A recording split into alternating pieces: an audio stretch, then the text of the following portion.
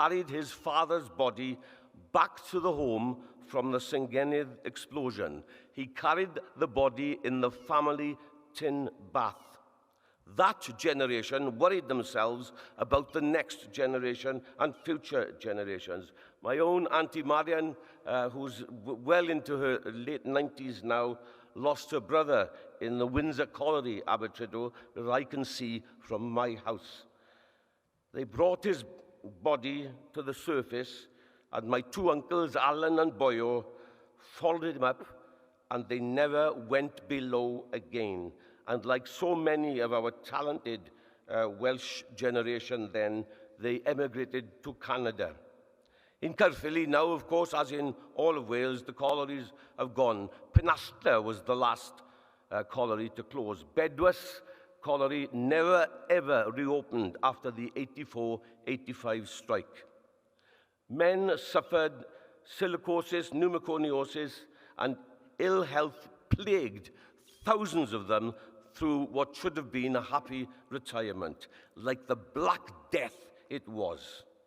And what's the future? Well, when we get millionaires like Farage, who has the audacity to suggest reopening mines again, let me tell you, Mr. Farage, and I'm sorry you chose the day when I was in Swansea to come to Caerphilly. Someone must have told you that I was here. We are sick to death, sick to the back teeth of fancy men from London in their posh suits telling us in Wales what to do. And as Max Boyce once sang, briefcases full of bank clerks that have never been below. And my advice to those men in their fancy suits is get back on the train and go home. You are not welcome here.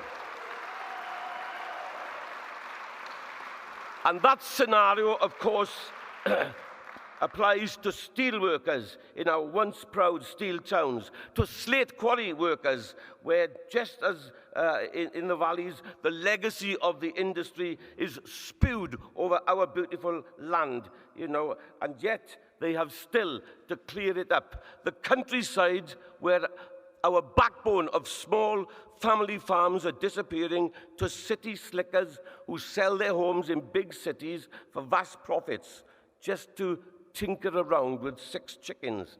That's not farming. I started work. I didn't go to university. I was doing my O-level period, for those of you who remember O-levels.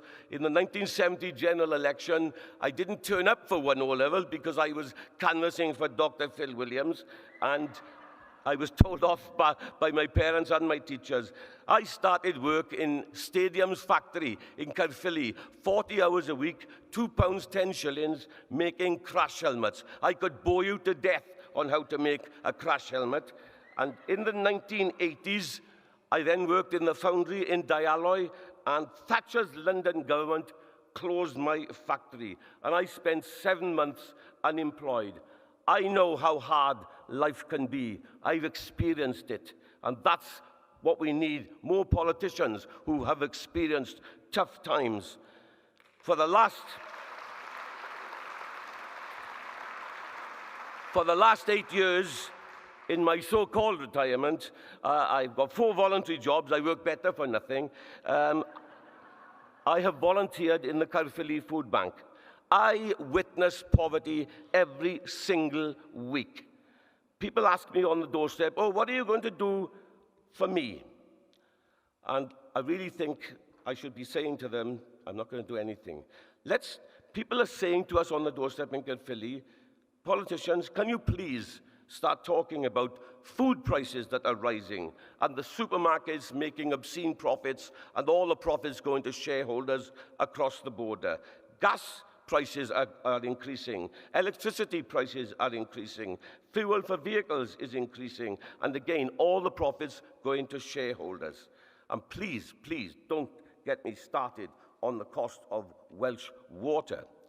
Our mountains are filling with windmills, solar farms, and pylons. We are now exporting power from Wales. Haven't we learned the lesson from coal? Where are these profits going?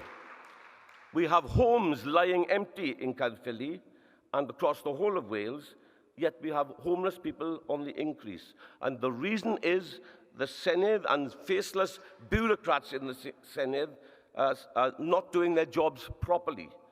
Why are we insisting on such madness when we have so many empty properties? We have to question, what is Labour in Westminster and what is Labour in Cardiff doing?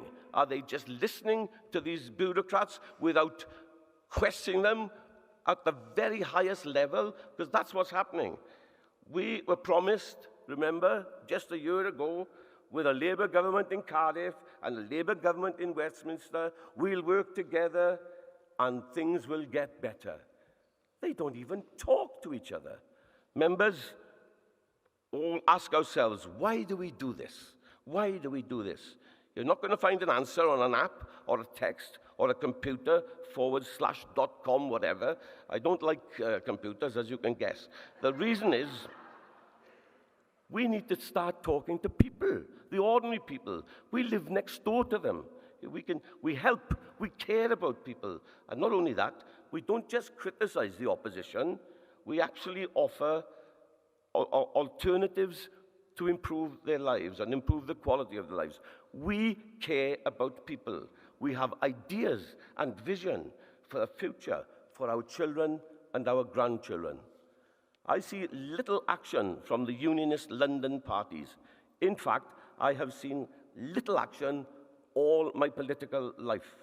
This blind loyalty to one party state in Wales, I can assure you from the doorsteps in Caerphilly, is clearly now at an end. People of Wales are witnessing hope and vision.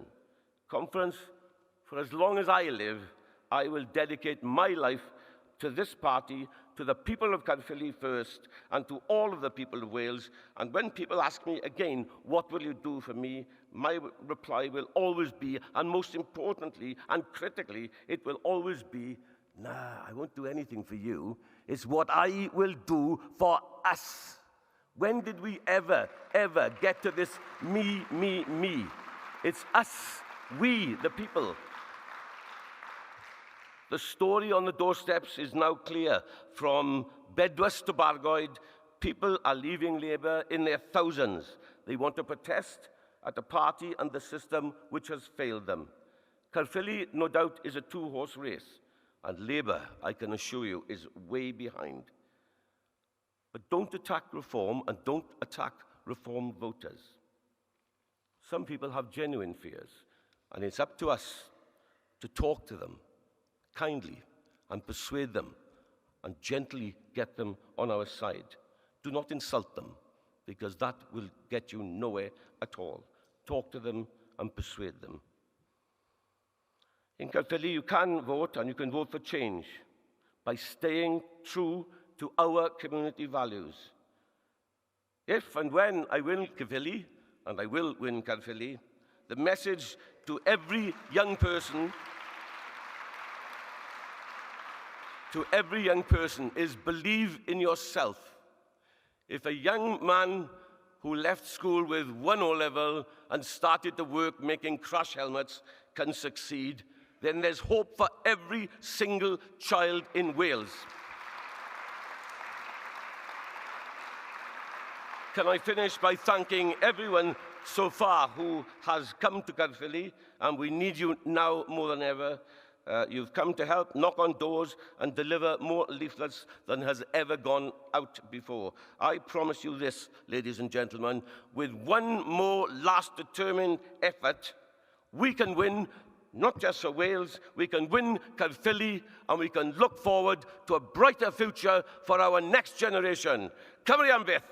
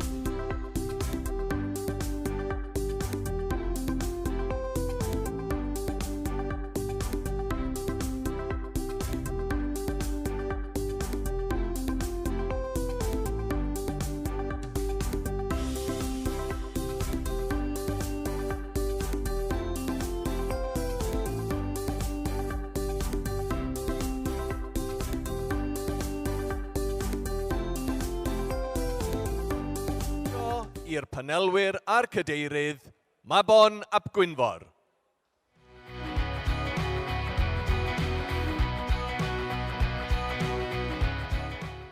Wel, bore da bawb, ac mae'n un anodd iawn i ni ddilyn Lindsay, dwi'n siŵr. Ond mae gennym ni drafodaeth bwysig iawn. Mae wedi cael ei gyflwyno fel dadl, ond fydd o ddim yn dadl. Allai warantu hynny chi, mi fydd o'n drafodaeth ar y materion pwysig o ran gofal lliniarol a gofal diwedd oes. Ac yma ar y panel mae gennym ni Natasha Davies o Marie Curie, Caroline Walters sy'n cynrychioli'r AHPF sydd yn proffesiynau iechyd perthynol, ydw i'n gywir, Caroline? Na ti, a gyda Dr Rowena Christmas sydd yn gadeirydd Coleg Brenhinol Meddygon Teulu yng Nghymru ag yn feddyg teulu ei hun. Bore da. Chi, ar lefel bersonol, mi nes i gyflwyno cynnig yn y Senedd ychydig dros flwyddyn yn ôl ar ofal lliniarol a gofal diwedd oes. Ac mi gath o gefnogaeth y Senedd ac ddoedd ar un i gael cynnig ymlaen yn trafod yr angen i roi fwy o gefnogaeth i y sector gofal lliniarol a gofal diwedd oes a hosbisau yn benodol. Maen nhw'r sector yn y gwasanaeth iechyd sydd yn cael ei anwybyddu yn amlach na pheidio, a dydy pobl ddim o reidrwydd yn gwerthfawrogi rôl y hosbisau sydd ganddo ni. Mae yna 14 o rai elusennol ganddo ni yng Nghymru, ac mae 85% o'r gofal lliniarol a gofal diwedd oes sydd yn digwydd yng Nghymru, mewn gwirionedd yn digwydd yn y cartre. Felly mae'n amlwg yn chwarae rhan bwysig iawn wrth helpu degau o filoedd o bobl yng Nghymru yn anwyliad i ni yn aml iawn wrth bod nhw'n cyrraedd terfyn i bywydau. Ond mae o dan llawer iawn o bwysau. Felly na ni ddechrau efo cwestiwn o ran y pwysau yna. Ydych chi fel panelwyr sydd yn gweithio o fewn y maes yn meddwl ydy'r heriau mwyaf sydd yn wynebu y sector mwyn darparu y gofal yna i'r cleifion ac i'n anwyliad ni? Yeah, so I think the reality of the situation is that we've got a palliative end-of-life care system that is under a huge amount of pressure in the face of growing demand for care. We know that the demand for palliative care is going to go up significantly in the next 10, 15, 20 years. That ultimately is resulting in people not being able to get the right care they need, where they need it, when they need it. We've got shaky foundations in terms of the way in which care services are planned. We don't have a sustainable funding model in place for our hospices and hospice services, which are a really critical part of that broader palliative end-of-life care system. We don't have a clear picture of our workforce. We don't have a workforce development plan. And we've got a system that is resulting in really quite high hospital use amongst people in the last 12 months of life. In 2023, on average, a fifth of hospital beds in Wales were occupied every day by people in the last 12 months of life. 95% of those arrived as an emergency admission. The average time spent in hospital for those who arrived as an emergency admission were 25 days compared to 1.3 days for people who didn't arrive as an emergency admission. Now, obviously for some people, hospital will be the best and most appropriate place for them to be receiving care, but for others, they could be just as well supported at home or closer to home if our primary care services, community and out-of-hours services were better equipped, better resourced to respond to the needs of people who are living with a terminal illness. Okay. Mi fyddwn ni'n dod i drafod proffesiynau iechyd perthynol ymhen ychydig. Rwan, dwi'n siŵr os ydy pawb allan yna'n ymwybodol beth yw'r proffesiynau perthynol, iechyd perthynol. Caroline, lle di jyst cyn bod ti'n mynd i ateb y cwestiwn, rhoi cyd-destun i beth ydych chi a beth yw'ch rôl chi yn gofal diwedd oes a gofal lliniarol ac yna beth yw'r heriau? Diolch, Mabon. So I'm here today representing, as Mabon said, the Allied Health Professions Federation Cymru. And the allied health professions are a mixture of 15 different professions. They range from physiotherapists, occupational therapists, speech and language therapists, to psychologists and art and music therapists. And we believe we play a vital role in supporting people right throughout their lives, and really importantly at end-of-life care. And just picking up on some of Tash's points, I think when we look at what workforce we need in palliative and end-of-life care, we're really concerned that we don't have the allied health professionals in the right places to really deliver that care and enable people to have choices at end of life. So if I perhaps give a few examples of what allied health professions do in this space. So if we think of, so I represent the Royal College of Speech and Language Therapists in my day job, and as speech and language therapists, we support people with communication difficulties, but also with eating and drinking difficulties. And we know a feature of many conditions, especially neurological conditions, can be difficulties with swallowing at end of life. So we've got a key role to play, supporting people to eat and drink safely and make those decisions at end of life care. If we think about some of our other professions, physiotherapists, that role in supporting people around movement and mobility so that we can reduce things like pressure sores. We can, allow people to live as well as possible till their last days. If we think about some of the other roles, occupational therapists, Tasha talked about, that difference between the number of people who want to have a good death to die at home. But in order for that to happen, we have to make sure that their homes are set up in the right way. Occupational therapists play an absolutely key role in that. And if we think about all of the 15 professions, psychologists, that support around having the right conversations. Allied health professionals have got such a key role in the MDT, and I think I'm really pleased to be here on the panel today to be able to talk about that. But it only works if it's alongside our other professionals, alongside GPs, nurses, as part of that whole team. Okay, so that's the role of the allied health professionals within the end-of-life care service and the package. So what are the pressures that you think the sector is facing when it comes to your work? Yeah, very significant. So we don't have an allied health profession workforce plan. That means we don't know how many allied health professions we have, where they are working, and we're not planning for the future. So Tasha's talked about some of the statistics we know coming down the line about, the increase in number of people living with dementia and many other conditions. We need to be putting in place really effective workforce plans for the whole workforce, and I would argue, it's a particular gap at the moment around allied health profession workforce planning. And Rowena, you're a GP, you're on the front line. You've worked in your practice for a number of years. You know patients personally as they reach that end of life. You've been on that journey with them. So what are the challenges, do you think, facing GPs and the patients at the end of their lives? I think, you're right. I've been in my practice 25 years, incredibly privileged position to know your families so well. And what I know is that nearly everybody wants to die at home. And actually, if you explore a bit more closely the people who think maybe they don't want to die at home, it's often that they're trying to protect their loved ones, feel that it would be too much of a burden on their husband or their wife or their daughter or their son. And if you can put the support in place, actually they probably prefer to die at home as well. And the one guaranteed thing in life is we are all going to die. We've got to get this right. And I'm speaking as a GP, but also speaking on behalf of my primary care team. Everybody who works in the community is a part of this. The district nurses, the St David's nurses, the healthcare professionals, all of those people together with your teams as well add up to a good gold standard death at home. But the pressures are about time and having the time to do a really good job. And the reason that we're struggling with time is because we are critically under-resourced. That's not just GPs, that's the whole of primary care, really. There's too much of a slice going into the hospitals where care is so expensive and not enough into the community. If you spend £1 in the community, you save £3 in hospitals. And actually, in terms of the economy, you save £14. So it's good for patients, it's good for the wider NHS, and it's good for the taxpayer. This makes really good economic sense. Time gives us the ability, for example, to get ahead of the game. If we have time to talk to a patient and find out what they want, it's called advanced care planning. And then I can find out, I might want to go to hospital if there's a reversible cause and some intravenous antibiotics for a few days will work. And then I come out again, then you know that.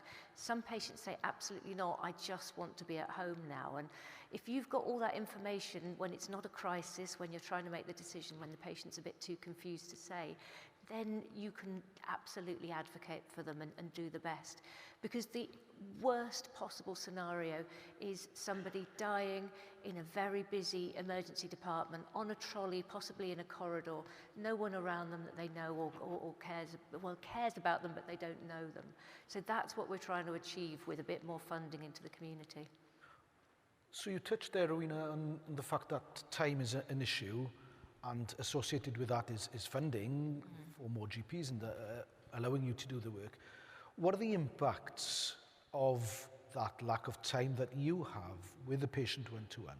What are the impacts on you and the profession and on the patients and the family?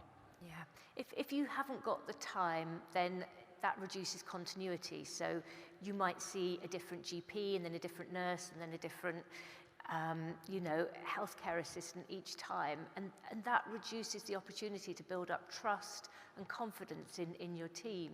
If a patient always sees me, then I can be a bit challenging to them, they can be a bit challenging to me. We can really work together, patient and doctor on the same team, working for the outcome that the patient wants. But you need time to do that, time for me to be available. So it's not a 6-week wait to see Dr. Rowe, it's a 3-week wait perhaps, which is more tolerable. So time gives us opportunities. And also, I work in a fairly remote rural area. One of the big barriers we've got is not enough carers to come in and support our patients at home. And I quite often, in despair, have no choice but to admit a patient to hospital because they can't get themselves up to get to the loo, and there's no one there to come in and do that for them, or they just can't make themselves a cup of tea and their tea in the evening. And if we had better paid healthcare assistants, who are the absolute bread and butter of the palliative care system, then we would save a fortune on how much a hospital bed is per night compared to the cost of a healthcare assistant. It's not cost effective not to be investing in these absolutely critical carers that patients need. Natasha, you discussed the need for carers and support for carers backstage there. Is that something that you'd agree with? Yeah, I think so, and I think what's coming through from the discussion is a really important point, which is that this is about looking at things system-wide, because when things aren't working well in one part of the system, the impact is quite significant. Not just on people who are living with a terminal illness, whose symptoms might not be managed appropriately, who then might have what could have been an avoidable admission to hospital. We are at the moment across the UK spending 5 times as much supporting people at end of life in hospital as opposed to through primary care. That's not the right balance, but that does then have a ripple effect. Our system is wholly reliant, quite frankly, on unpaid end-of-life carers, friends, family, loved ones, who are often doing a significant amount of care in terms of that takes a physical toll, that takes an emotional and a mental toll. And we know from a bit of survey work we did quite recently that actually when the care and support for a person who's living with a terminal illness is not forthcoming, or it's not particularly well coordinated, or they're having to go into hospital, trying to unpick that, trying to battle for the right care, that falls to unpaid carers often. They're navigating a hugely complex healthcare system, which is difficult enough to understand if you're working in or around it, never mind if you're somebody who's not involved in that. And that impact of that experience can go beyond bereavement and have big impacts on how people experience grief, whether they go back to work. And the reality is that the needs of unpaid carers are often not being assessed, never mind care and support being put in place for them. So yeah, I suppose what I'd say is that they're a vital resource that we're currently too reliant on. I think it's not great to have a system that is so reliant on that unpaid care, but their role is not valued or recognised. And when the healthcare and social care system is failing to meet people's needs, they're stepping into the brink. A Carolyn, yr un modd felly, da ni wedi clywed am y diffyg amser sydd gan feddygon teulu enghraifft. Da ni wedi clywed am y diffyg cefnogaeth i ofalwyr, yn enwedig gofalwyr di-dal, a wrach fyddwn ni'n trafod hwnna ymhellach.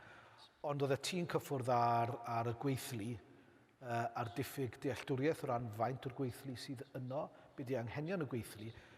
Felly, beth i goblygiadau hynny, beth i impact hynny ar y cleifion arnoch chi ac ar ei teuluoedd hefyd? Dwi'n meddwl, impact hynny, dyn ni'n gweld postcode lottery o westanaethau. Dyn ni'n gweld bod ydych chi'n byw mewn un rhan o Gymru, ydych chi'n gallu cael access at ymrywiaeth o therapyddion, os ydych chi'n byw mewn ardal arall, ydych chi ddim. Enghraifft, os ydych chi'n byw yn Abertawe Bromaganog, mae yna wasanaeth ffantastig gyda paramedics. So mae paramedics hefyd yn rhan o deulu AHP, so chi'n gweld mae'n deulu eang iawn, da ni'n cynrychiad i treian o'r gweithlu. A os ydych chi'n byw yn fyna, mae paramedics yn rhan o'r Specialist Palliative Care Team, a mae hwnna wedi wneud gwahaniaeth enfawr. Dwi'n gwybod bod Tasha fi yn trafod hyn yn gynnar o ran, chi wedi gweld rai ar ystadegau yn dyfa, you've seen some of the stats around the impact that's having in terms of allowing people to remain at home, and that impact on the family is so crucial. And I think in terms of allied health professionals and that link with unpaid carers, absolutely agree. You know, the amount of pressure that is on people at the end of life, and I think there's a key role to play for allied health professionals in supporting the whole family. So, for example, if you think about psychologists, they've got a huge role to play in supporting the family. It is about making that experience, that good death possible, and you need a range of professionals to make that happen. And we know that's just not the case at the moment. It is too varied what's happening across Wales, and the planning just isn't in place. We know that there have been some initiatives put forward, the end-of-life competency framework, but it's without actually having a workforce behind that. I can't see how that's going to move us forward, because you've got a framework where this should be happening, there should be this training for these specialists and this training for the general workforce, but you haven't planned what that workforce looks like. So I think that is a huge issue. And crucially not looked at what not just what's needed now, but what is going to be needed in 10 and 20 years. So we think that the number of people requiring palliative care in Wales by the 2040s will be in the region of 37,000 people. That's an increase of 5,000 people a year. We've got a system that is already unable to meet current need. So that's why in our manifesto we've called for the development of a workforce census for the palliative care workforce, so we can understand what's in place now, where are the gaps, and then situate that in the context of that growing need, what needs to happen. And then alongside that, looking at how we can bolster the existing workforce with some specialist roles that can provide that coordinating role as well as providing care to people. So placing a palliative care nurse in each primary care cluster to work as part of the MDT, see patients, but also identify good practice, where are the gaps, what isn't working well. Placing advanced care and palliative care paramedics in each part of Wales. So again, they can go out and see people who have a palliative care need. If we fix some of the issues around access to medications and there's anticipatory meds available, that can all help to reduce the likelihood that somebody's going to have to be conveyed to hospital to manage their symptoms, because they can have those symptoms managed at home because they've got the care and support around them.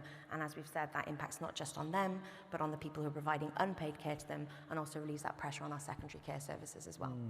You touched there on the fact that we do have some best practice in parts of Wales.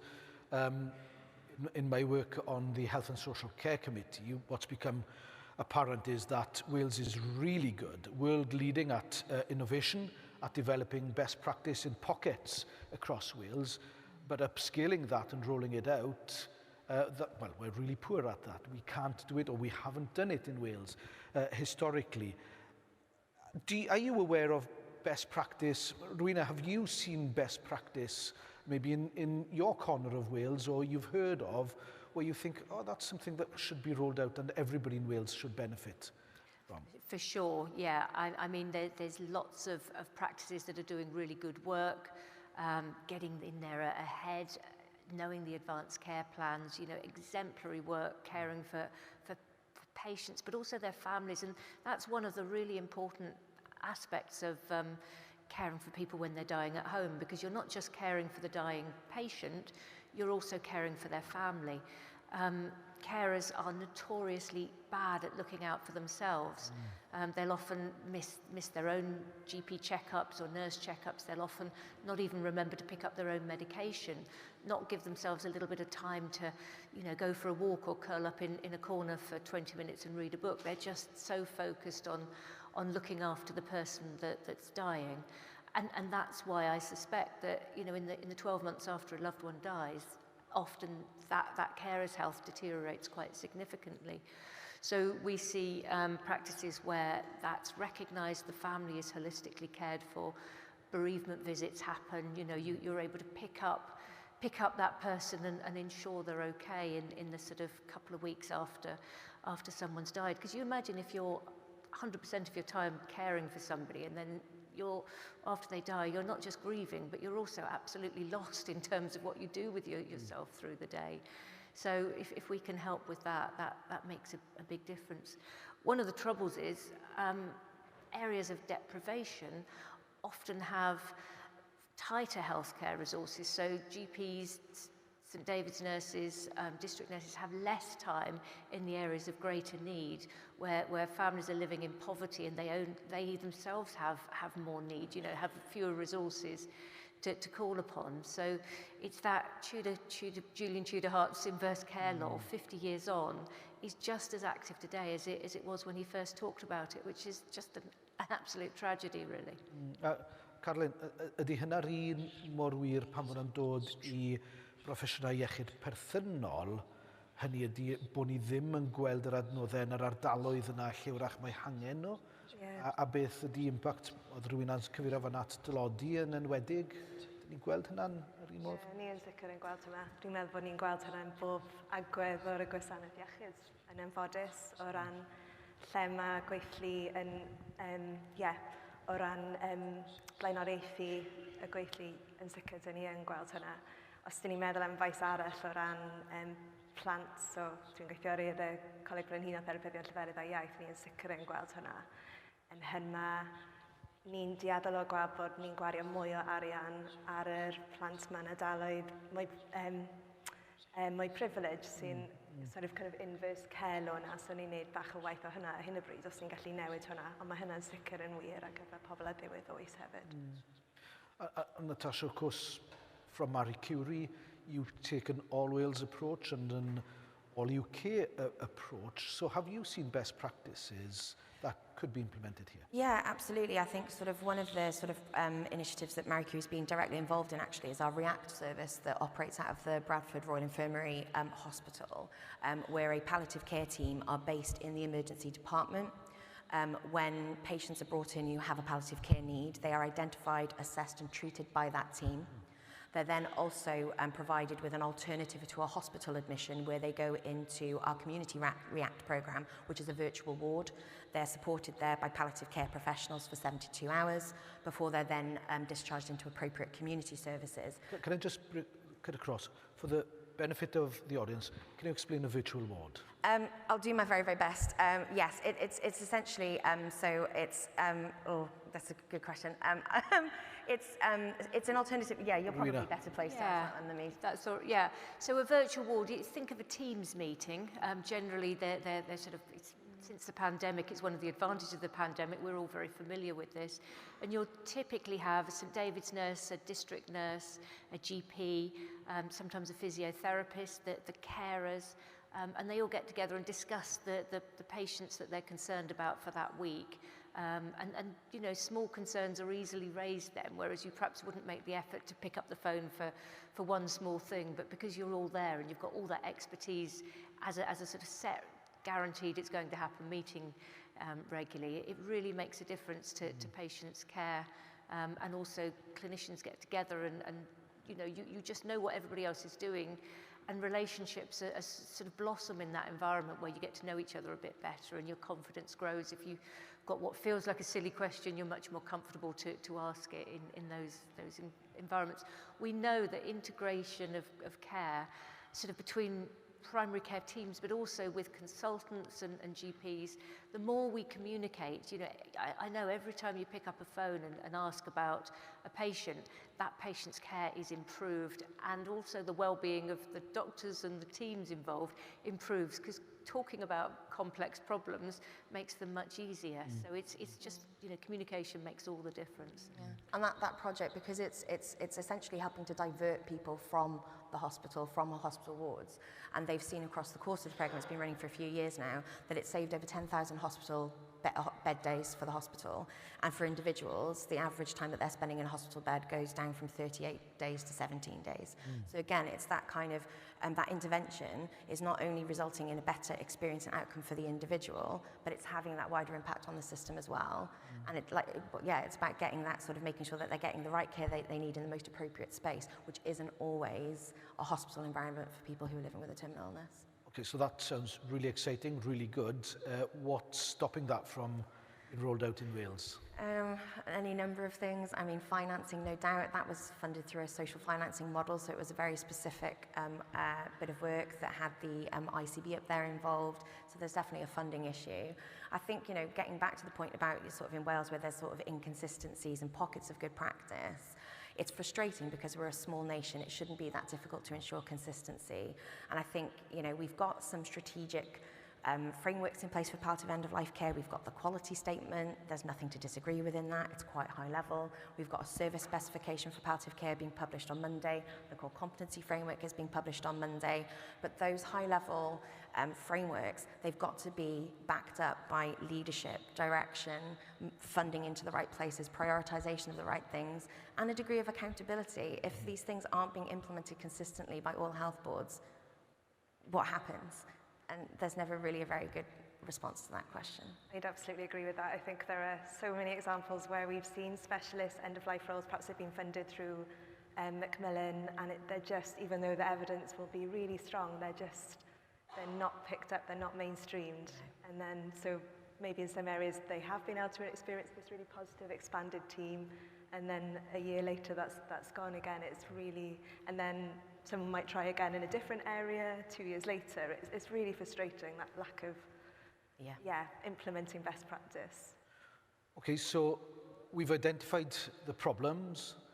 We've started to identify some of the solutions that might be implemented, learning from best practice, either in other countries or homegrown.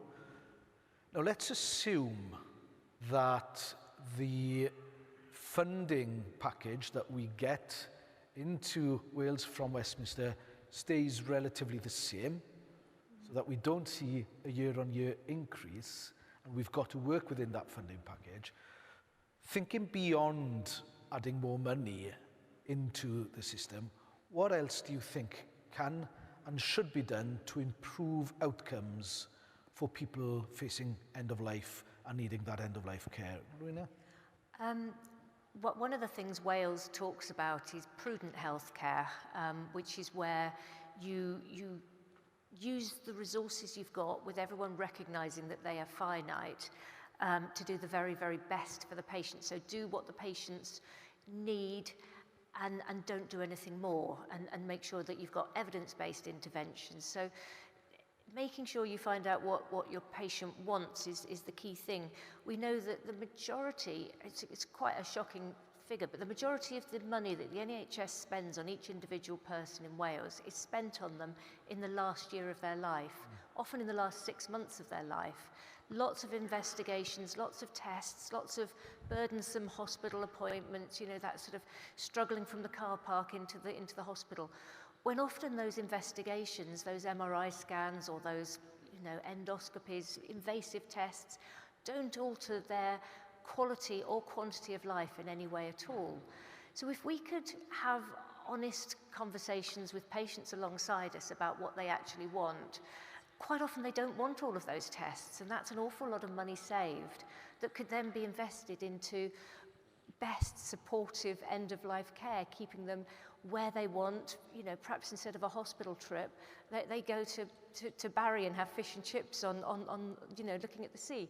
That's a far better use of someone's time in the last 3 months of their life than going into hospital for an MRI scan.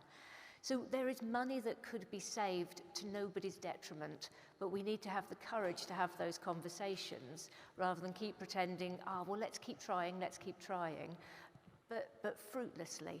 That's quite a tough thing politically to talk about, but I think it really is important. And there's not many people that I've spoken to who have said, I think that's the best way to spend money. You know, investigate further for no gain in the last 6 months of my life. Mae'r hyn mae rhywun yn ddweud yn fanna yn hala fi'n sicr i feddwl fod yna rôl ychwanegol i therapyddion. Felly, ydw i'n iawn i ddweud hynny? Ie, yn sicr. Byddwn ni'n cytuno yn llwyr. Mae gyd yn dod na preventative healthcare, dydy, os ni moyn cadw pobl yn nes at adre. Mae yna cost savings yn rhan o hwnna, ond mae yna'n golygu symud arian round y system yn dydy. Mas o secondary care mewn i primary care, symud y gweithlu math o secondary care mewn i primary care, a mae hwnna'n ddewr, yn wedig pan mae lot o targedau gyd yn secondary care. Ac nid o reidrwydd y triniaethau invasive yna ydy'r datrysiad gorau pan fod rhywun yn wynebu diwedd oes o bosib. Ac mae gofal seicolegol enghraifft, neu gofal helpu llafar ac yn y blaen yn well. Yn sicr, cos da ni eisiau canolbwyntio ar gadael i bobl byw y bywydau maen nhw eisiau byw hyd at ddiwedd oes. A sut da ni'n neud hwnna? Cos as Rowena described, many patients are having all these different invasive procedures that they might not choose to have. But if we really had to focus on what matters to that patient, what matters to their family, and planning care around that as teams, how transformational would that be? Some of this is about just sort of, to be honest, making sure that the system works a little bit better, that there's better communication and coordination of care.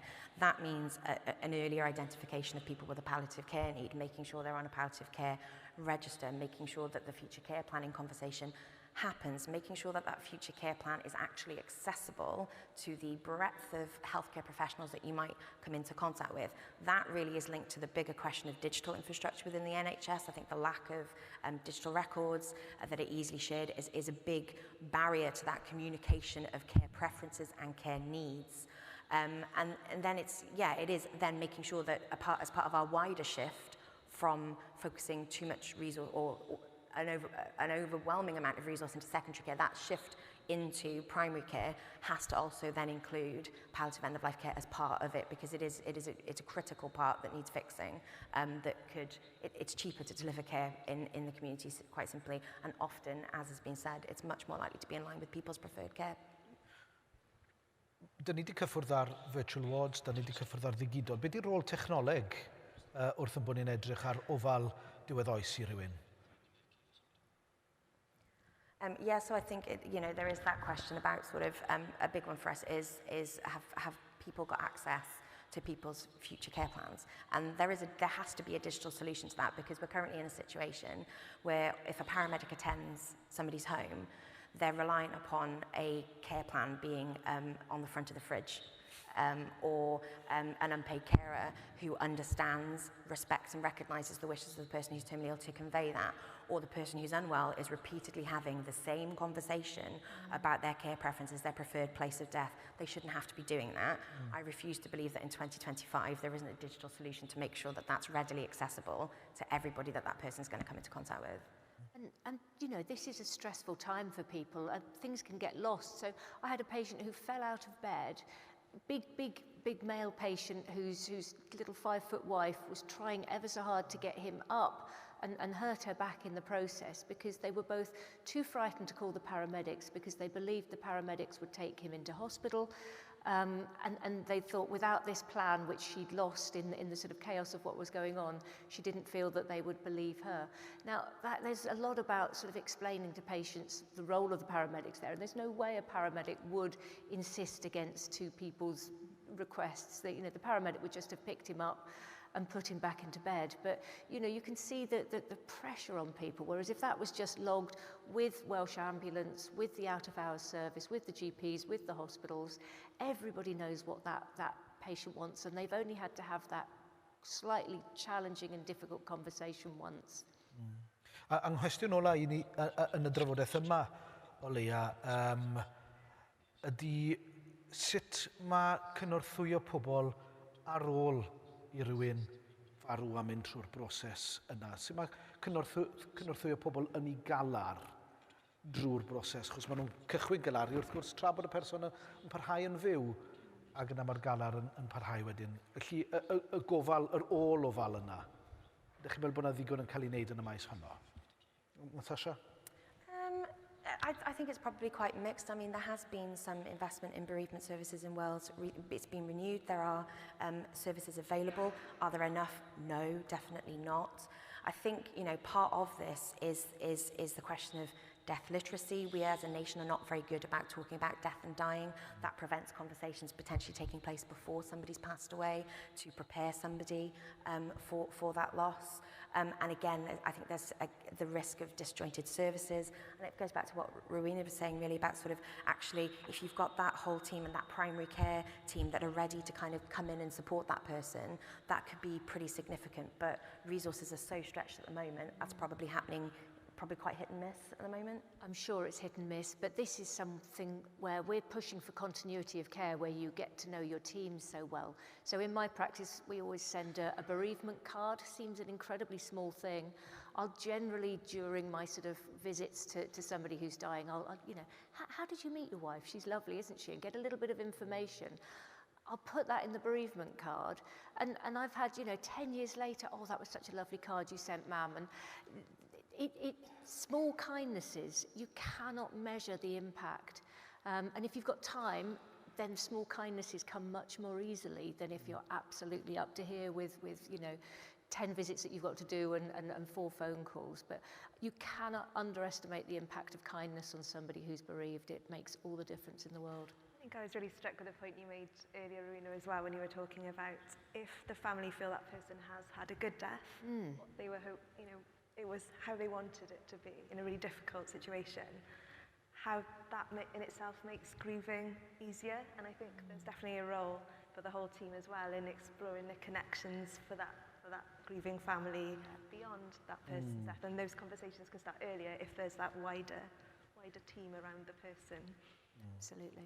Diolch yn fawr iawn i chi'ch tair am gyfrannu at y drafodaeth yma. Mae'n sicr wedi bod yn fuddiol i fi i gael dealltwriaeth dyfnach o'r sefyllfa a yr hyn dych chi'n ei wynebu, a gobeithio fod e wedi cynorthwyo yn cynulleidfa ni yma hefyd y bore yma. Felly, a gawn ni gyd rhoi diolch yn fawr iawn i'r dair ohonyn nhw, os gwelwch yn dda.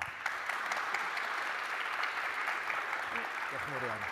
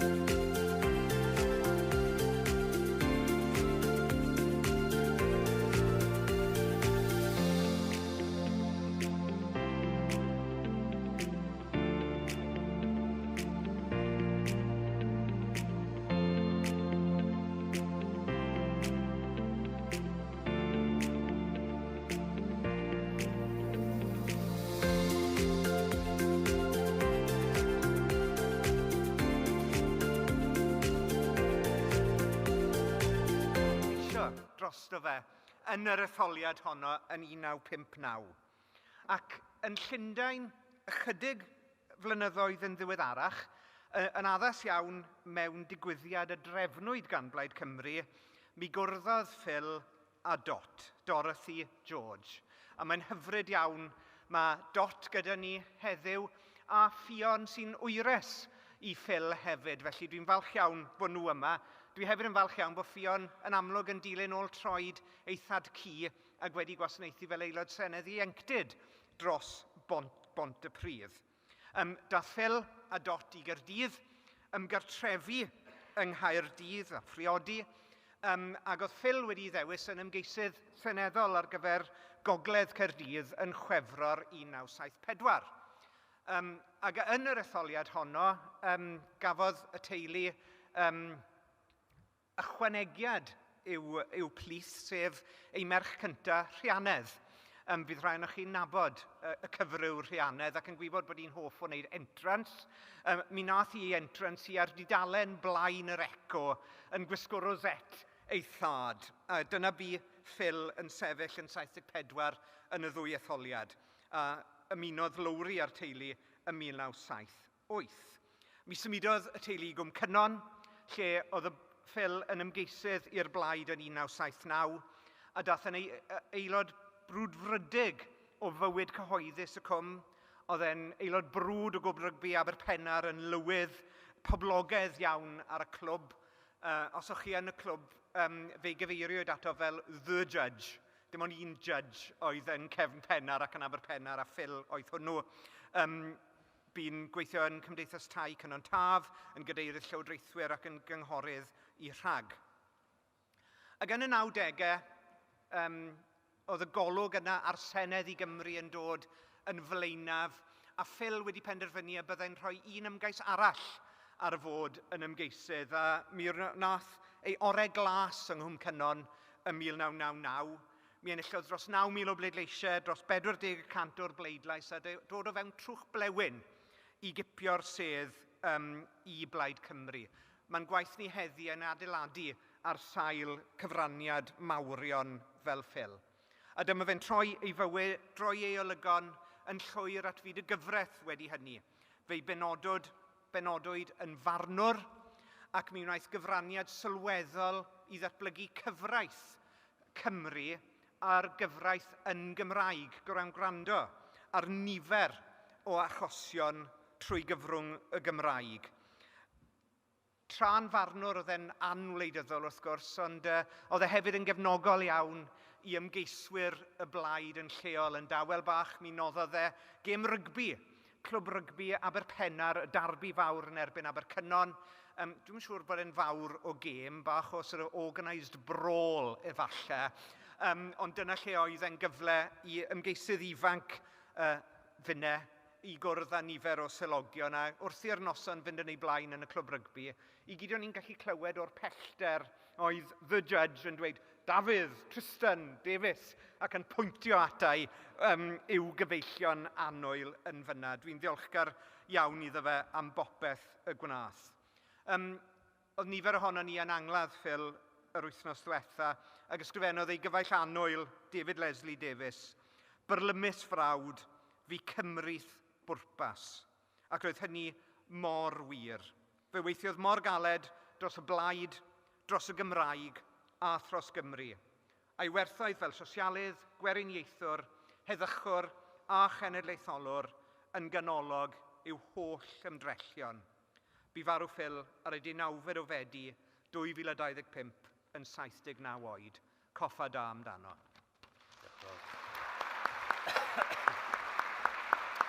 Ydy o'n bosib i ni sefyll, os gwelwch chi dda, i goffa Phil?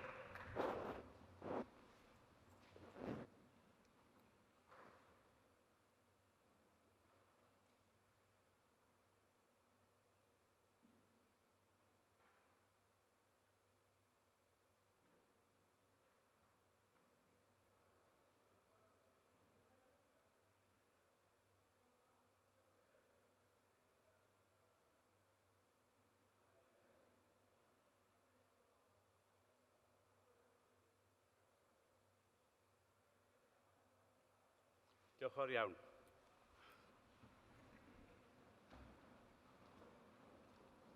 Fel ddedais i eleni, da ni'n cydnabod 4 o bobl sydd wedi cyfrannu mewn amryw o ffyrdd at y blaid ym mhob cornel o Gymru. A mae'n braf iawn croesawu nhw i'r llwyfan rwan.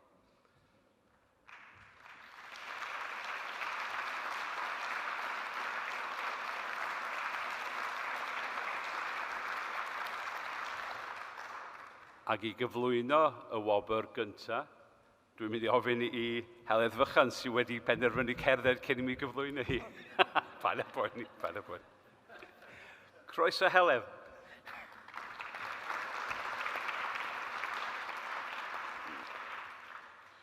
Wel, mae'n anrhydedd aruthrol cyflwyno gwobr arbennig i ddyn arbennig iawn, sef Will Morris Jones.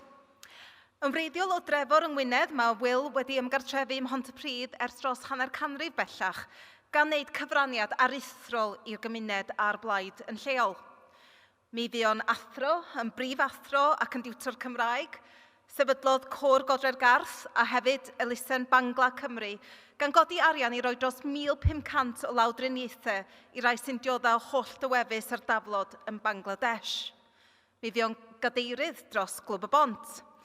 Mae o'n cymryd bob cyfle posib i fod yn lusgenna dros yr iaith, ac mae yna barch gwirioneddol iddo fo gan bawb sydd erioed wedi dod ar ei draws, boed hynny fel disgybl, yn riant neu'n aelod o gôr.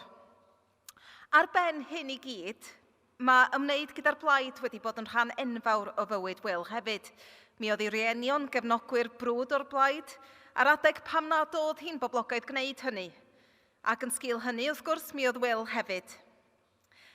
Iddo fo fod yn weithgar a chefnogi'r blaid cyn hynny, 1968 yn is-etholiad Caerffili oedd y tro cyntaf i Will ganfasio o ran y blaid, a hynny wrth gwrs gyda Phil Williams fel yr ymgeisydd.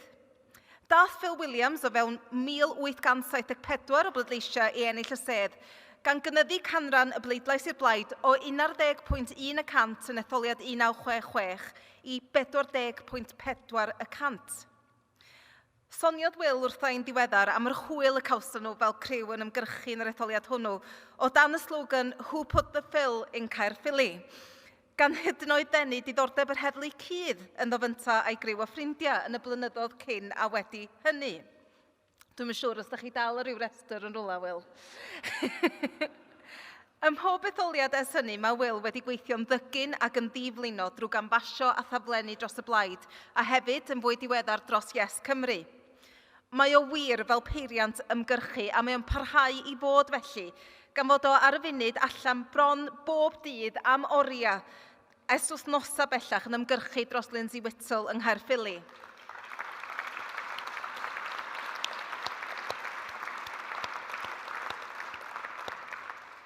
Da ni yn WhatsApp etholaeth Pontypridd wrth yn bodd yn cael selfies dyddiol o Will efo'i daflenni yn ddigon i bigo'n cydwybod ni fod o allan ym mhob tywydd ac yn mor weithgar. Felly da iawn bod o dal wrthi, a mae ddrwg gen i etholaeth Caerffili bod o'n gorfod bod yma heddiw i gael hon yn lle allan yn ymgyrchu fel da chi'n neud. Mi weithiodd Will hefyd yn aruthrol o galed yn yr Honda cyn etholiad 2016 pam gipiodd Leanne Wood wrth gwrs y sedd, a mae wedi bod yn gefn aruthrol i bob ymgyrch etholiadol dwi wedi bod ynghlwm â nhw hefyd. Mawr ydy yn dylan ni i gyd. Wel, dwi'n arbennig o hoff o'r adegau mae Will yn bytheirio am bobl sydd ddim yn rhannu'r un weledigaeth a gynta. Mae ganddo fo farn bendant iawn am y frenhiniaeth, tir ar glwyddi, a hefyd reform, drian ohonyn nhw pan mae gynnyn nhw stondin yn rhe Pontypridd. A hitha dim ond toc wedi hanner dydd, gwell fyddai peidio defnyddio rhai o'r geiriau ma'n ei ddefnyddio o lwyfan y gynhadledd. Ond teg dweud bod hi'n anodd iawn ac yn tuno gyda unrhyw un o'i ddadansoddiadau ar y pynciau hyn. O does na ddim byd segur o gwbl am Will Morris Jones. Mae ei gyfraniad wedi bod a mae'n parhau i fod yn aruthrol. Felly Will ar fy rhan i, ar ran etholaeth Pontypridd ac ar ran Plaid Cymru, diolch o galon am bopeth. Mi ydych chi wir yn heiddi'r wobr hon.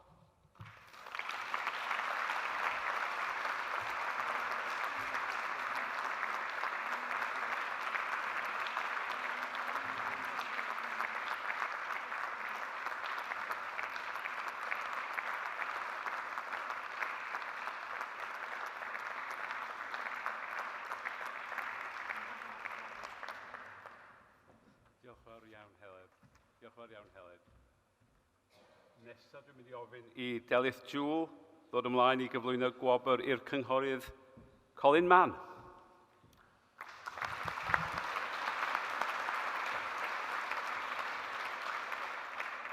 Wel, gynhadledd, dyma fy hoff ran o unrhyw gynhadledd yr amser pan o'n i'n cael diolch I rai o'n gweithwyr mwyaf ymrwymiedig, ac un yn sicr o rheini ydy Colin. It is my great pleasure to present this award to one of our stalwarts in Plaid Cymru, Councillor Colin Mann. Now, Colin is one of those activists, councillors, who is so dependable. There's always a risk that people could take it for granted. He isn't a showy person. He doesn't go looking for praise, but he works diligently, dedicatedly, and steadfastly for the people of Llanbradach and for the cause of Cymru. He promotes Caerphilly with our Celtic cousins, has been chair of the twinning association that links that town with Lannion in Brittany. And in that role, he organises dinners and functions. The quizzes in the Wingfield in Llanbradach are legendary. And for years, he served the people of his ward as county councillor. He has served, of course, as deputy leader of the council. He served as leader of the Plaid group on Caerphilly Council as well. But it's his day-to-day work as a ward member that's perhaps most important of all. He's one of those councillors who is always working. I see that myself from the casework he takes up, the letters that he is sending, the updates he posts all the time about local campaigns on his Facebook page. Everybody in Llanbradach knows Colin Mann. And in the recent by-election campaign, when we've been out, just knocking on the doors of Llanbradach, if you mention Colin's name, everybody smiles. Now see, that's the measure of the man. Colin Mann, the true man of Llanbradach, man of Caerphilly, man of Cymru. This award is a small token of Plaid Cymru's thanks to you, Colin. On behalf of Plaid Cymru, Plaid Caerphilly, on behalf of Cymru, I feel I should say, mae'n diolch yn fawr iawn I ti. Diolch, Colin.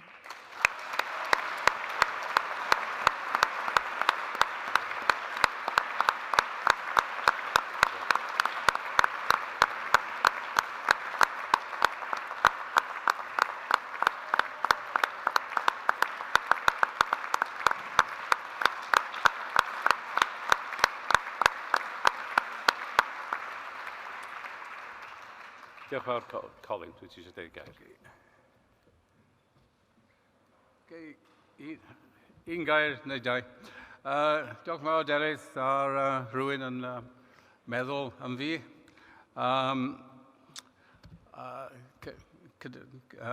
I'll carry on in Saesneg now. Not something I expected or particularly looked for, but I am very grateful for everyone who thought I deserved this. I've seen it as a job of work. Being a councillor is a job of work. It wasn't the only job I had for probably more than half the time I've been a councillor. I had another job. You have to earn a living, don't you? I did start on being elected to Miglamorgan in 1977, the old Miglamorgan County Council. The same time as a certain Lindsay Whittle, who some of you may have heard of. And in fact, Lindsay beat me to it because he was elected to Rhymney Valley Council a year earlier. So, but we had at the time, there were more Plaid councillors than Labour in the Rhymney Valley on Miglamorgan, so that was a nice little success. I suppose I must have done something right because I've been elected ever since. So I think it's about 13 times, we're not quite sure. Just a couple of things. If you forget where you represent, you get voted out very quickly.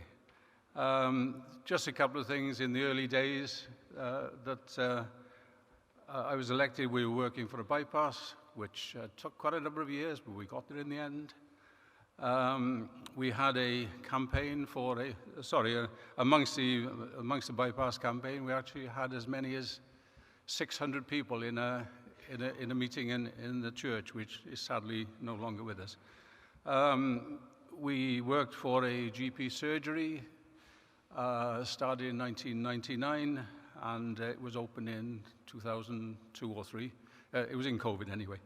And one of the latest things is we had a scandal where an idiot dug up what is fondly known as Bluebell Woods, which are on the edge of the village. And we have a campaign, and we're almost at the stage where we'll be buying that back with for a local group in the village. So we are doing our best to look after the environment as well. I'm not going to say much more, but none of us can do this without support. And I've had amazing support over the years. The person who supported me most is the lady sitting over there in the front row, my wife, Diane. And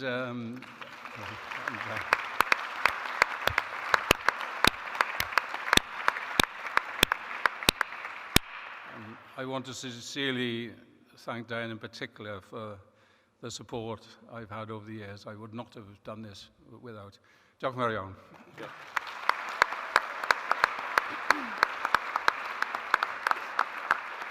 Diolch, Colin. Gai wadd Dafydd Iwan i gyflwyno gwobr i Nia Galwyn Jones. Anadwysion, does gynna i ddim digon o amser i wneud cyfiawnder a chyfraniad rhyfeddol Alwyn a Nia i'r blaid, ond mi na ngore. Mae Alwyn yn fab ffarm Talamignedd yn Nyffryn Nanlle, ac roedd Talamignedd yn enwog drwy'r 50au a'r 60au fel mangre Noson Lawen y blaid. A gododd filoedd o arian i'r blaid ac a fi'n gyhoeddi'r swydd da i'r blaid yn y dyddiau hynny. Mi ath Alwyn i weithio i'r banc ac fel prentis, 19 oed, mi roedd o yn canfasio i Islwyn Ffocelis yn y 60au cynnar. Fysa hynny yn Llanidloes, a doedd hynny ddim yn hawdd. Un peth dwi am bwysleisio am Alwyn a Nia, Alwyn wedi codi o fewn y banc i fod yn reolwr, a Nia yn athrawes ac yn brif athrawes, fysa hynny'n ddigon i ran fwyaf o bobl i beidio gwneud dim byd efo politics. Ond mae Nia ac Alwyn drwy'r blynyddoedd wedi ymuno ar gangen leol yn lle bynnag oedden nhw'n byw ac wedi cyfrannu'n aruthrol i waith Plaid Cymru. A mae hynny'n asiampl i lawer o bobl sydd yn rhy hawdd yn hel esgusion i beidio gwneud dim dros y blaid. Ac mae Nia hefyd yn ferch ffarm o Lanuwchlyn, ac mae'n amlwg bod y seiliau wedi gosod. Mae Nia yn cofio cyfarfod yn y ffermdy i drafod i bwy fydden nhw'n pleidleisio ac yn penderfynu troi oddi wrth y rhyddfrydwyr at Plaid Cymru. Ac mae'r ddau wedi bod yn weithgar tu hwnt, lle bynnag oedden nhw'n byw, ac wedi chwarae'r rhan allweddol yn llwyddiannau etholiadol Dafydd Ellis Thomas, Dafydd Wigley, Liz Saville Roberts, Sian Gwenllian, Hywel Williams a sawl un arall.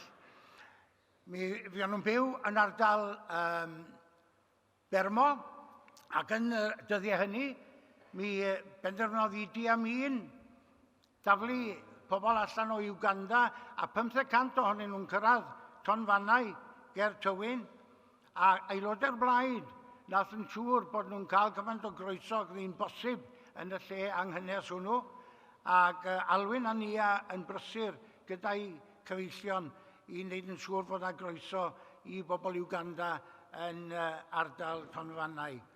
Ac ychydig...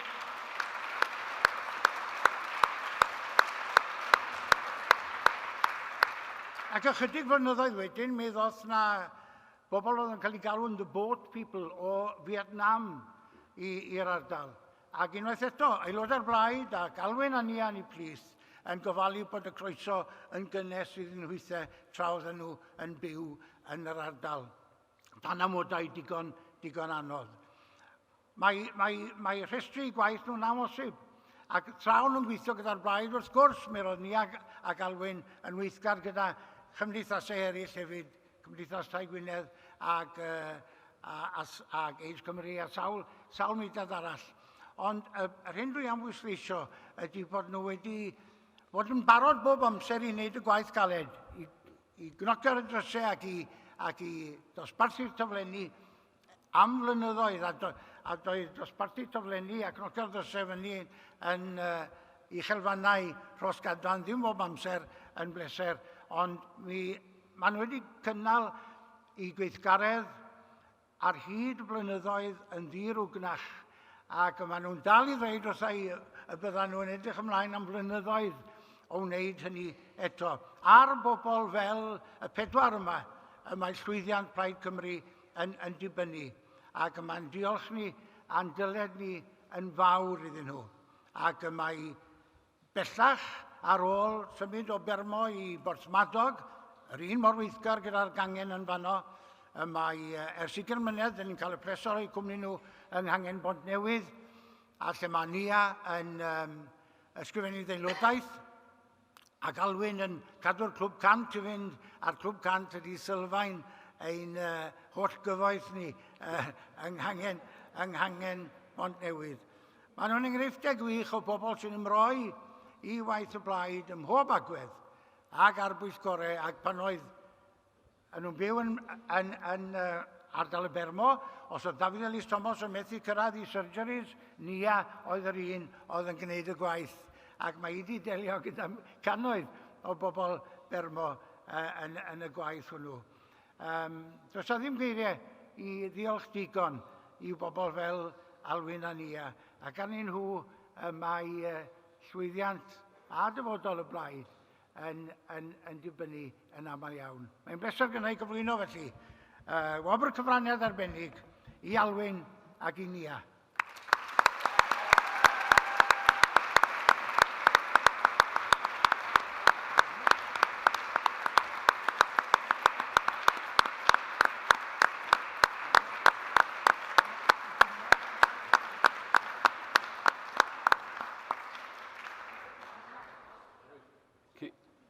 Cyn i bawb ddiflannu, dwi'n meddwl bod y arweinydd y blaid eisiau dyfynnu i gael llun efo pawb, felly peidiwch â diflannu.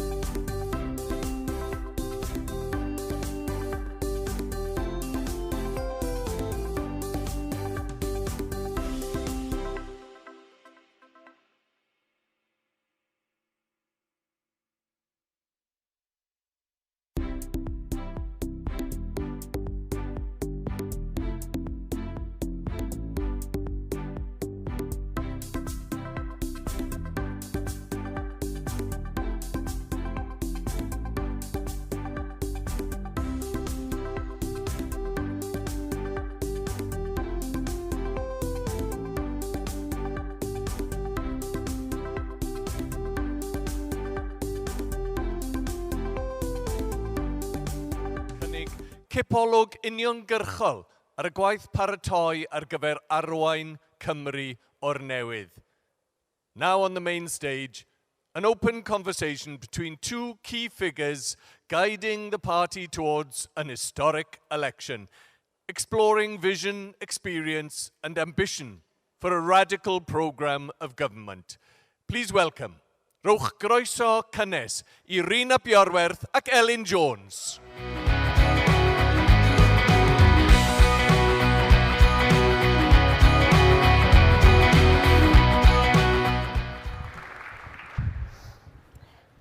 Dwi'n gorfod bod ar yn ymddygiad gorau yn fan hyn wan, so, yeah. Fi sy'n in charge nawr. Felly, Rhyn ap Iorwerth,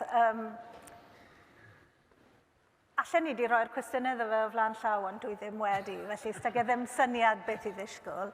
Ti wedi gwneud sawl cyfweliad dros yr dyddiau diwethaf yma, sawl un... Ie, do, 20 ddoe dwi'n meddwl. 20 ddoe. Hwn bydd y mwyaf tyff ohonyn nhw I gyd. Dwi'n llawn disgwyl hynny. Yeah. Right, dwi eisiau dechrau. I want to start with, conference started with the launch of the new campaign slogan. 3 words, new, leadership, Wales. I've actually looked up what 3 words to try and find out if there is a place on the earth where those 3 words take you to. There's nowhere. Apart from there's apparently a leadership street somewhere in South Australia. But other than that, the 3 words to you, Rhyn, what do they mean? And which of those is the most crucial of all? It's a very, very good question, and there are 2 answers there. Wales is always at the heart of everything that we do, and that's the one obvious answer. We are here because we believe that Wales deserves the backing of a political party that is serious about putting the interests of Wales first and foremost. But I think what has been missing in recent years is that leadership.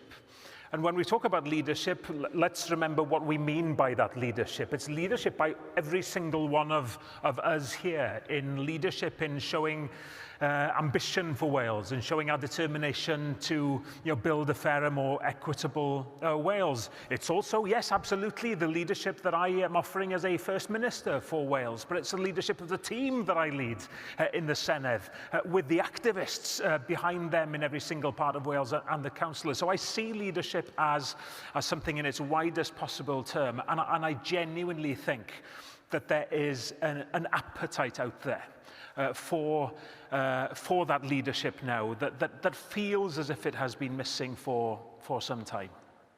So leadership is the most important of those 3 words. There's new in there as well, new, and we're a party 100 years old, and we still say we're new.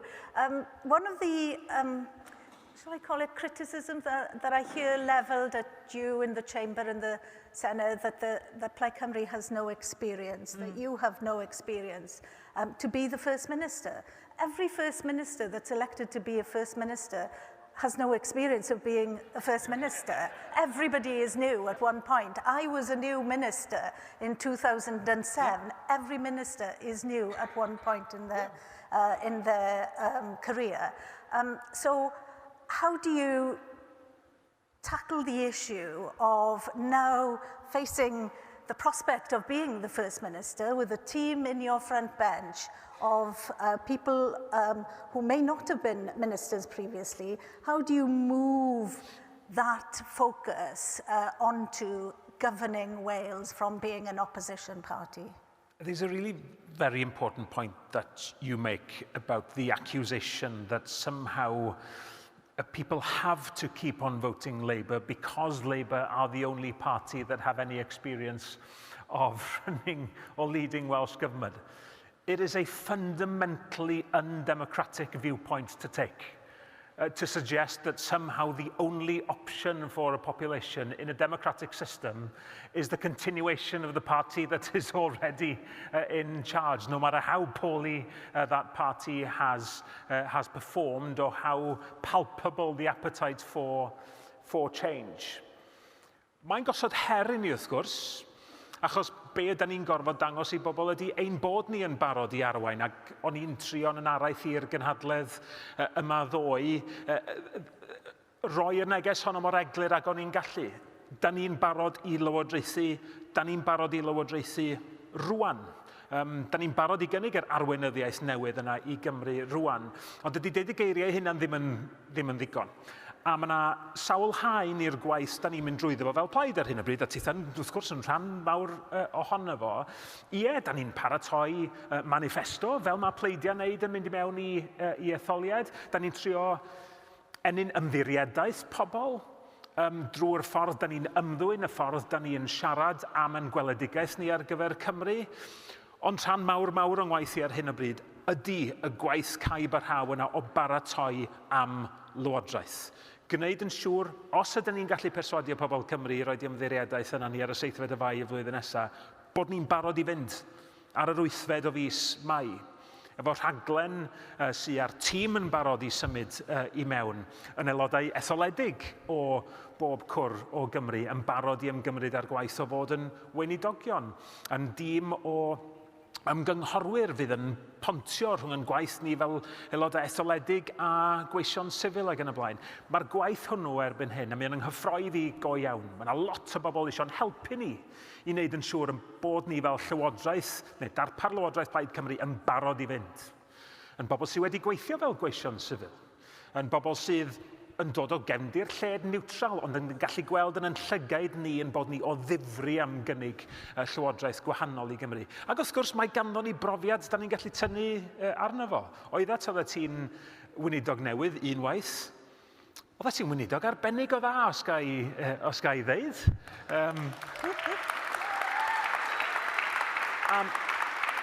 Yn sicr, mae cefn gwlad Cymru ag amaeth yng Nghymru yn hiraethu'n aml iawn am y dyddiau lle oedd Elin Jones yn weinidog dros amaeth.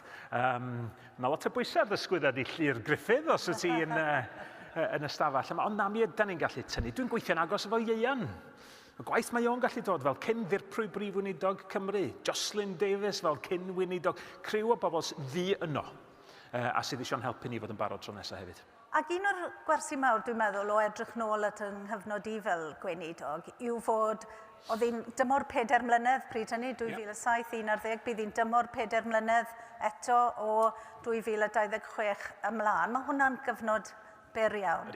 Felly, y wers yw i symud yn sydyn, i flaenoriaethu y gwaith ac i gychwyn ar y gwaith yna yn sydyn. Ac felly, sut mae symud o manifesto i'r raglen lywodraeth i'w gweithredu, achos dyn nhw ddim wastad yr union rhywun peth. Mae sut mae gwneud hynny, a gwneud hynny gydag awch a bwrlwm yn bwysig iawn. Ydy, mae yna broses da ni'n mynd drwyddi ar hyn o bryd. Mewn ffordd, mae gennym ni yn does fel plaid bethau da ni'n credu ynddyn nhw, wedi ymgyrchu drostyn nhw, wedi anelu amdano nhw, wedi siarad amdano nhw yn cymunedau'n hunan ers blynyddoedd. Ond be fydd ganddo ni mewn difri, mewn manifesto, ydy pethau da ni wedi ddeud, reit, dyma'r blaenoriaethau, dyma lle da ni'n mynd i roi'r arian, y buddsoddiad, da ni wedi sôn am nifer ohonyn nhw, newidiadau mawr, beiddgar, y cynnig gofal plant mwy a hael erioed, sy'n mynd i wneud gymaint o wahaniaeth i deuluoedd o ran costa byw, i blant o ran rhoi y dechrau gorau iddyn nhw mewn bywyd a'i paratoi nhw ar gyfer addysg, mesur i daclo clodi, mesur i helpu taid yn ein, lle mae'r pwysau gofal plant yna yn gallu bod yn problematig mewn llawer o ffyrdd i deuluoedd. Da ni yna barod i fod yn llywodraeth sy'n helpu teuluoedd. Felly mae yna bethau da ni'n mynd i wneud. Da ni wedi deud, reit, dyma nhw'r blaenoriaethau. Ond wrth gwrs, mae arian yn dyn. Mae amser yn dyn, fel wyt ti'n deud. Felly, yn y manifesto, mi fydd yna bethau eraill lle da ni'n deud, oce, reit, da ni eisiau gwneud hyn, dyma'n gwerthoedd ni, da ni ddim cweit yn gallu blaenoriaethu nhw, achos allwch chi ddim blaenoriaethu popeth. Mi fydd yna bethau da ni eisiau wneud lle da ni'n gorfod penderfynu rwan, ddim cweit yn gallu gwneud hynny rwan. Felly, yn y cam diwrnod cyntaf yna wedyn, da ni yn gallu canolbwyntio ar roi dechrau go iawn ar y pethau yna sy'n blaenoriaethau tra ar yr un pryd yn meddwl, reit, fod y pethau eraill yma sy'n werthoedd i ni, y pethau sy'n ni'n licio wneud, Sut ydyn ni'n ffindio ffyrdd o wneud hyn mwyn gwneud yn siŵr bod hwn yn lywodraeth trawsnewidiol i Gymru? Nid jyst wneud pethau chydig bach yn well da ni eisiau wneud. You know, the Plaid Cymru's aim here isn't to do things just a little bit better than Labour have done. It's to bring a completely new attitude towards the way we govern Wales. When I talk about this historic opportunity that faces us of having a Plaid Cymru government for the very first time, that's what I mean. Not just a few different decisions or some policy changes. It's a different attitude towards how we face up to the challenge of being ambitious for Wales and going places as a country. We just haven't had that. We have a chance now to do it. So you mentioned that one of the policies that's been the focus of this conference, the childcare offer. Another one has been today the support for educational attainment. Of all the policies that could have been chosen to shine a light on in this conference, on the economy, on health, on transport, you chose these two on the early years of citizens of Wales. And I wonder what that says about your personal priorities as well as the political priorities for Plaid Cymru in government. It's a very good question, and there is a thread running through some of the main policy announcements this weekend. We've been able to remind people of, as you say, the policies that we have already outlined. I really enjoyed the interviews that I've done with journalists over the past few days. One of them was, well, you haven't announced that many this weekend. Well, no, but we mentioned all of these before. Yes, but apart from all of those you mentioned before and the things that you've announced today, what have you really announced? So there was a little bit of what have the Romans ever done for you. But I think we do have really now a broad range of policies. But yes, I am really focused on building for the future and giving children the best start possible in life is all about giving equal opportunities to people later in life. People who were here for my conference speech yesterday afternoon might have been struck by the statistic that I was really, really struck by when I came across it. That 48%, I think was the figure, percent of 18-year-olds in Cardiff North went to university. In Torfaen, it was 18% of 18-year-olds going to university. Now, it's not all about going to university. There are lots of other very, very important routes that we want to encourage young people to go down. But there's something wrong there where you can have such disparities between different areas where clearly prosperity in those areas is a factor. So yes, we concentrate on how we give children the best start in life and support their families through those years, and that means intergenerational. And it's the same for health. You know, the healthier one starts living their life at an earlier stage, the less likely it is that they're going to be developing health problems later in life. It's about quality of life, it's building for the future. You mentioned your conference speech there. I was just wondering how you went about preparing your conference speech, because I listened to another conference speech by another leader in the Senedd over the last few weeks, and that seemed to focus very much on attacking other political leaders, other parties, being very unfair in how she chose to portray Plaid Cymru in particular, I'd say. But you chose not to do that. You chose to focus on what Plaid Cymru can do for the people in Wales. And was that a deliberate tactic by you to strike a different chord, perhaps? I think so.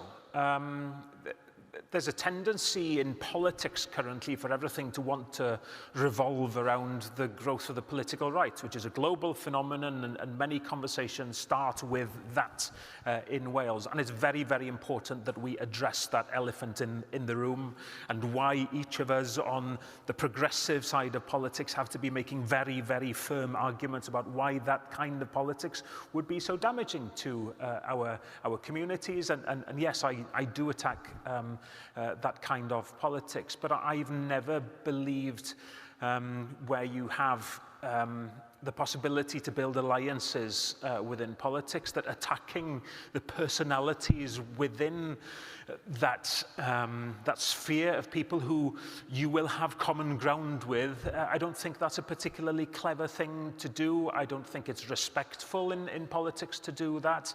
And I will always choose, first of all, to focus on the positive message that Plaid Cymru has. Your hope is a...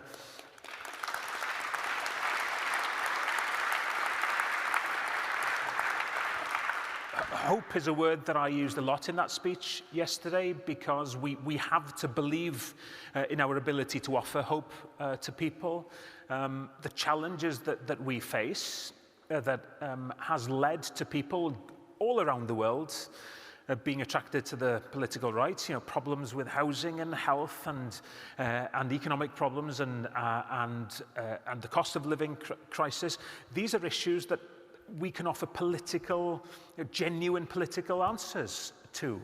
The populist right always needs to create division. They need to fragment society, and they need to create a bogeyman in order to promote their chances of being elected and holding political power. The issues that they point to, they exist, but they need answers to. They're offering simple answers to very, very complex questions. Well, let's be positive and point out to people that there's vision with Plaid Cymru, division with another option next year. And my job, at a really challenging time in politics is to say, come on, opt for the positive. Give that a chance, and don't allow multi-millionaires who are lining their own pockets through politics to pitch you against your neighbour and to get people to blame poor people for the society's ills, rather than government problems, government failures to deal with them.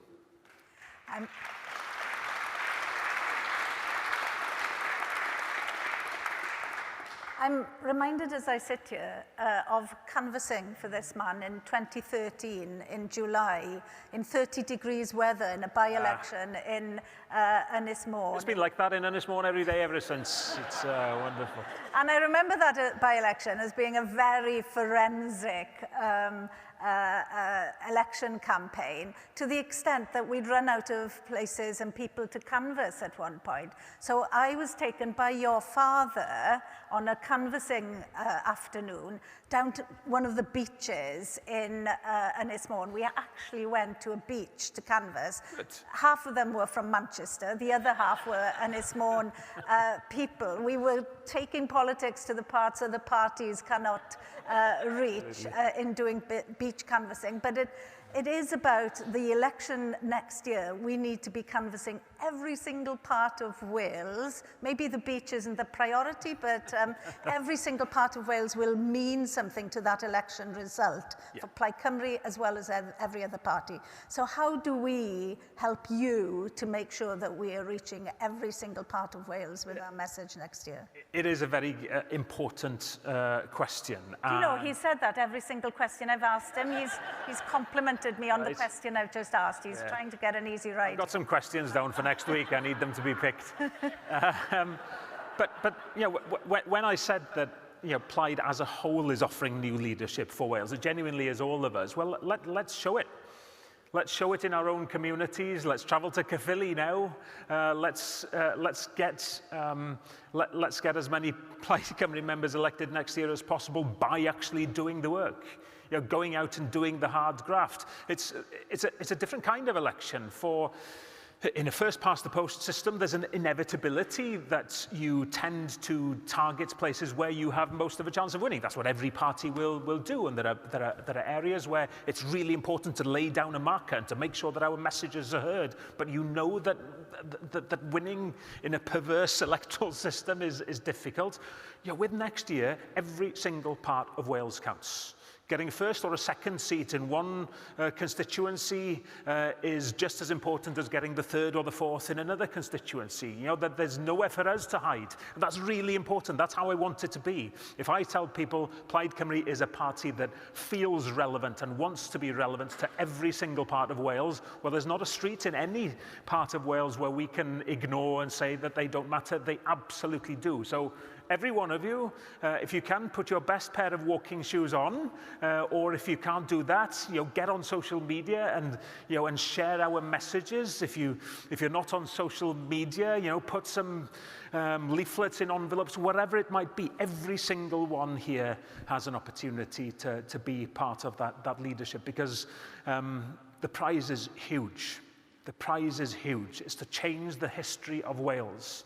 Not for Plaid Cymru, but for Cymru, for Wales. So, you know, I want you to be able to look back at that election.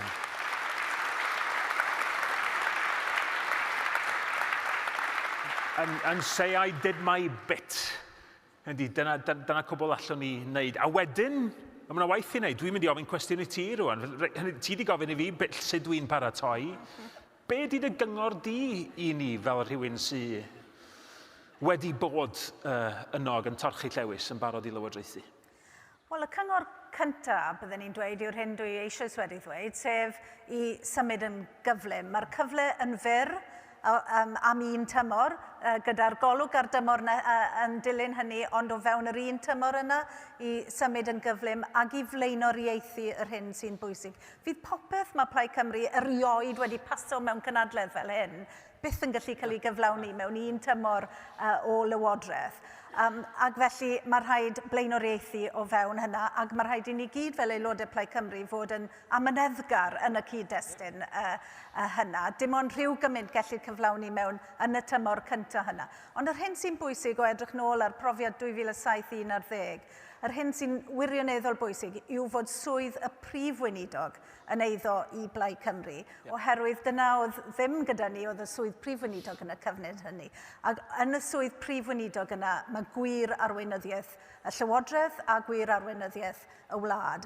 Ac felly yn Rhyn ap Iorwerth, darpar prif weinidog Cymru, mae gyda ni'r person sydd yn mynd I roi'r arweiniad newydd yna I Gymru. Ac I ni gyd, dwi'n meddwl, fel cynhadledd, yn dymuno pob dymuniad da I ti yn bersonol a dy deulu wrth I chi ymgymryd ar gwaith pwysig yma, roi arweiniad I Plaid Cymru ac yna yr arweiniad I Gymru. Diolch yn fawr iawn I ti, Elin.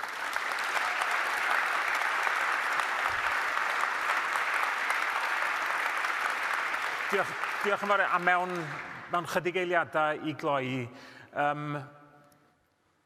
mae'r arolygon barn yn edrych yn bositif. Da ni'n clywed cefnogaeth ar lawr gwlad ym mhob man, ond dydy'r etholiad ddim wedi bod. Da ni ddim yn lleisu dwylo, da ni'n cymryd dim byd yn ganiataol. Ond mae hyn o fewn cyrraedd, os weithiwn ni'n ddigon caled I ennill ymddiriadaeth pobl, mae yna wobr fawr I Gymru ar ddiwedd hyn. Rhyn ap Iorwerth, pob lwc. Diolch Elin. Diolch yn fawr iawn. Diolch yn fawr.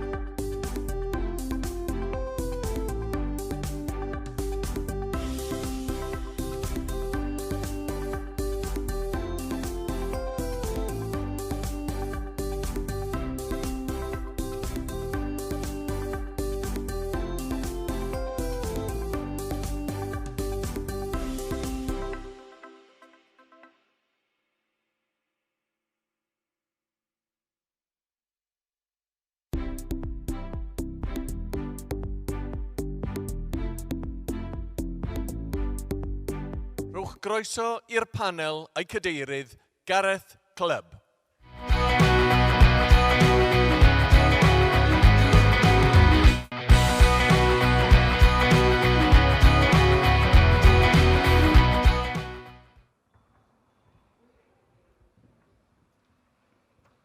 Diolch yn fawr iawn i chi gyd am ddod yma i'r sesiwn WWF yn trafod sut all Llywodraeth Cymru cyflawni dros natur. A dwi ddim yn meddwl allai wneud cyflwyniad gwell na'r hyn mae Dani yn barod wedi wneud. Felly, newn ni bwrw ymlaen sydd gyda chyflwyniad gan yn cydweithiwr Alex gan nodi mi fyddwn ni yn gobeithio cael digon amser i dderbyn cwestiynau o'r llawr os oes yna digon amser ddiwedd y sesiwn. Ond drosodd i chi, Alex. Hello.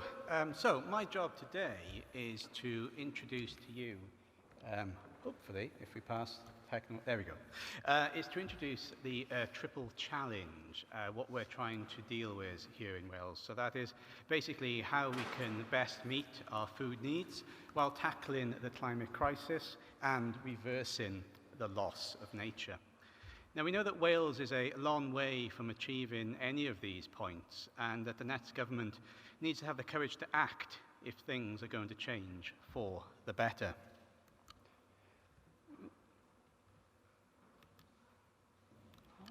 Sorry, I seem to have, there we go. Oh, this has changed, never mind. So, right, let's go to that. To deliver this, WWF is calling for the next government to make progress in 4 areas, from cleaner rivers to a fairer system for food and farming. The first thing that we want to talk about in this is the call for greener jobs and a greener economy. We've made this number 1 because we know that's how governments think, but dealing with the triple challenge requires a change to that mindset. It requires recognition that nature underpins our economy and our prosperity. Now, nowhere is this more true than in rural Wales, where healthy soils and clean water are the raw materials upon which so much of us is based. Yet we know that these are under threat, not only from unsustainable practices, but also from our changing climate. WWF commissioned research recently that showed that extreme weather events linked to climate change, such as droughts and floods, is already costing Welsh farmers tens of millions of pounds each year. And we know that this is affecting everyone's food bills too, with the average household having to pay over £360 extra in 2023 alone to cover the impact of climate change around the world. That's why Wales must transform its economy and decision-making processes. To do this, we are calling for a new and expanded nature finance plan and test to ensure that government spending isn't being wasted or working against our long-term needs. Yet we also know that governments have less money now than they used to. There's lots that needs to be done to address that, but part of it is to leverage more private finance to support sustainable transitions rather than simply allowing the private sector to take the profits. Lastly, we need to strengthen the link between people and the natural world by growing the National Nature Service, making it more accessible and life-changing to more people, and in doing so, creating tens of thousands of new jobs and careers. What's more, this stuff is popular. 61% of the Welsh public want to see nature and climate assessments to become part of budgetary decisions. This is especially true among Plaid Cymru and Welsh Labour supporters, where the number is knocking on 80%. And I want to draw attention to this political split, as it's going to be the same for every data point I show you. In each case, Plaid Cymru and Labour supporters are well above the national average in terms of their support for the policies we are asking for. Our second ask is to clean up our rivers. They are in a dire state. Pollution is rife across Wales. It comes from multiple sources, but it is beyond reasonable doubt that in most places, most of the time, the primary culprit is agriculture. What's more, it's fair to say that Welsh Government has failed to address this. The difficult message for this room is that no party has done as much as Plaid Cymru over the past decade to block efforts to tackle agricultural pollution. That needs to change in government. Instead, Wales needs a government that is willing to act.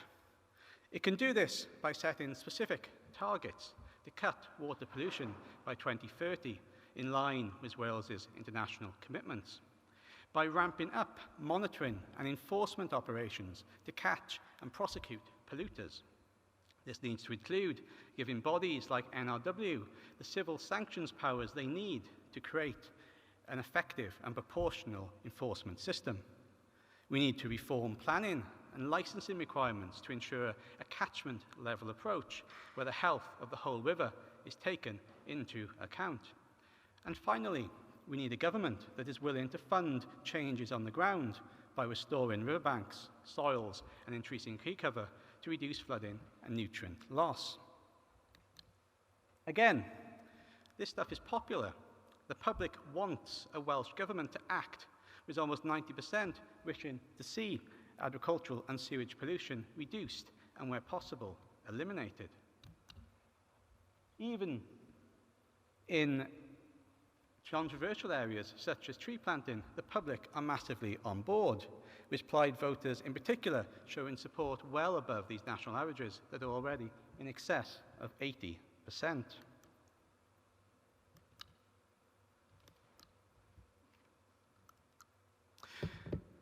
The third ask is healthier seas. Alongside fishing, our seas support industries such as tourism, offshore energy and shipping. But the reality is, after decades of pollution from land, unsustainable activities at sea, and the effects of climate change, our marine environments are in trouble. Vital habitats are disappearing, and as a result, restoring our seas has never been more important. To achieve this, we are calling on the Nets government to invest in blue carbon habitats like seagrass meadows, salt marshes and oyster beds, to make it easier to account for climate change benefits they bring by including them in our national greenhouse gas inventories, and finally to complete a network of conservation zones to protect key habitats from destructive practices.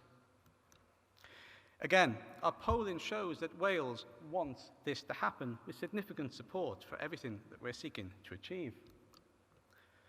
The final ask is for a fairer food and farming system.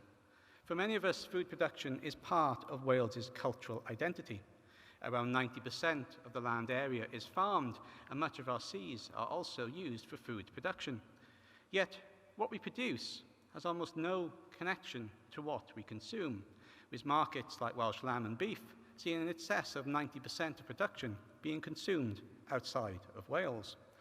Meanwhile, Wales continues to struggle with food poverty and a lack of nutritional security as we depend on imports to feed ourselves. To address this, we are calling for the Nets government to get serious about growing new sectors such as seaweed aquaculture that deliver benefits for the economy and the environment.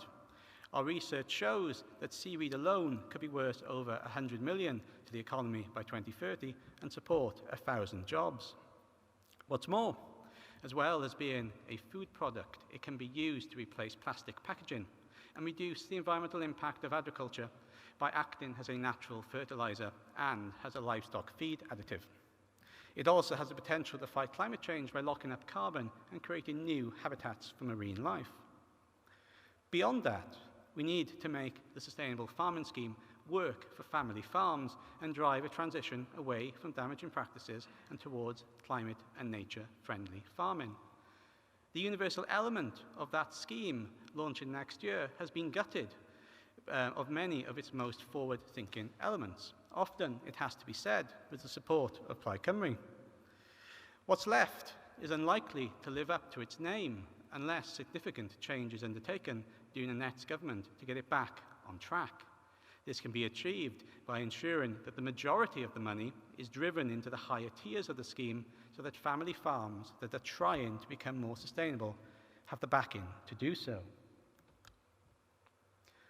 But beyond all this, the Nets government needs to be willing to engage in the food system and develop a national food resilience plan. Now, this isn't about self-sufficiency. It's about resilience and rekindling the connection between what we produce and what we consume. This means a willingness to change on both fronts and for a government to have a role in connecting the two through procurement, promoting healthy diets, better access to the countryside, and enabling the development of stronger local food partnerships.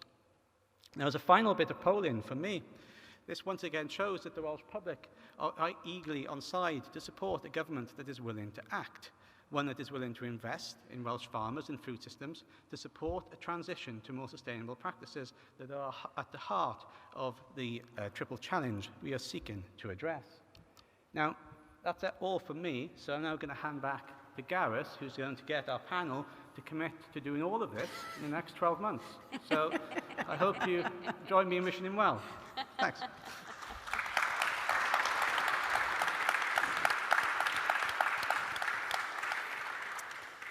Diolch yn fawr iawn, Alex. O'n i wedi cael yn haro gan un o'r ystadegau yn y poll opinion yna bod 87% o bobl o blaid lleihau llygredd yn ein hafonydd, a jyst yn tybio, wel, pwy ffach yw'r 13% sydd ddim.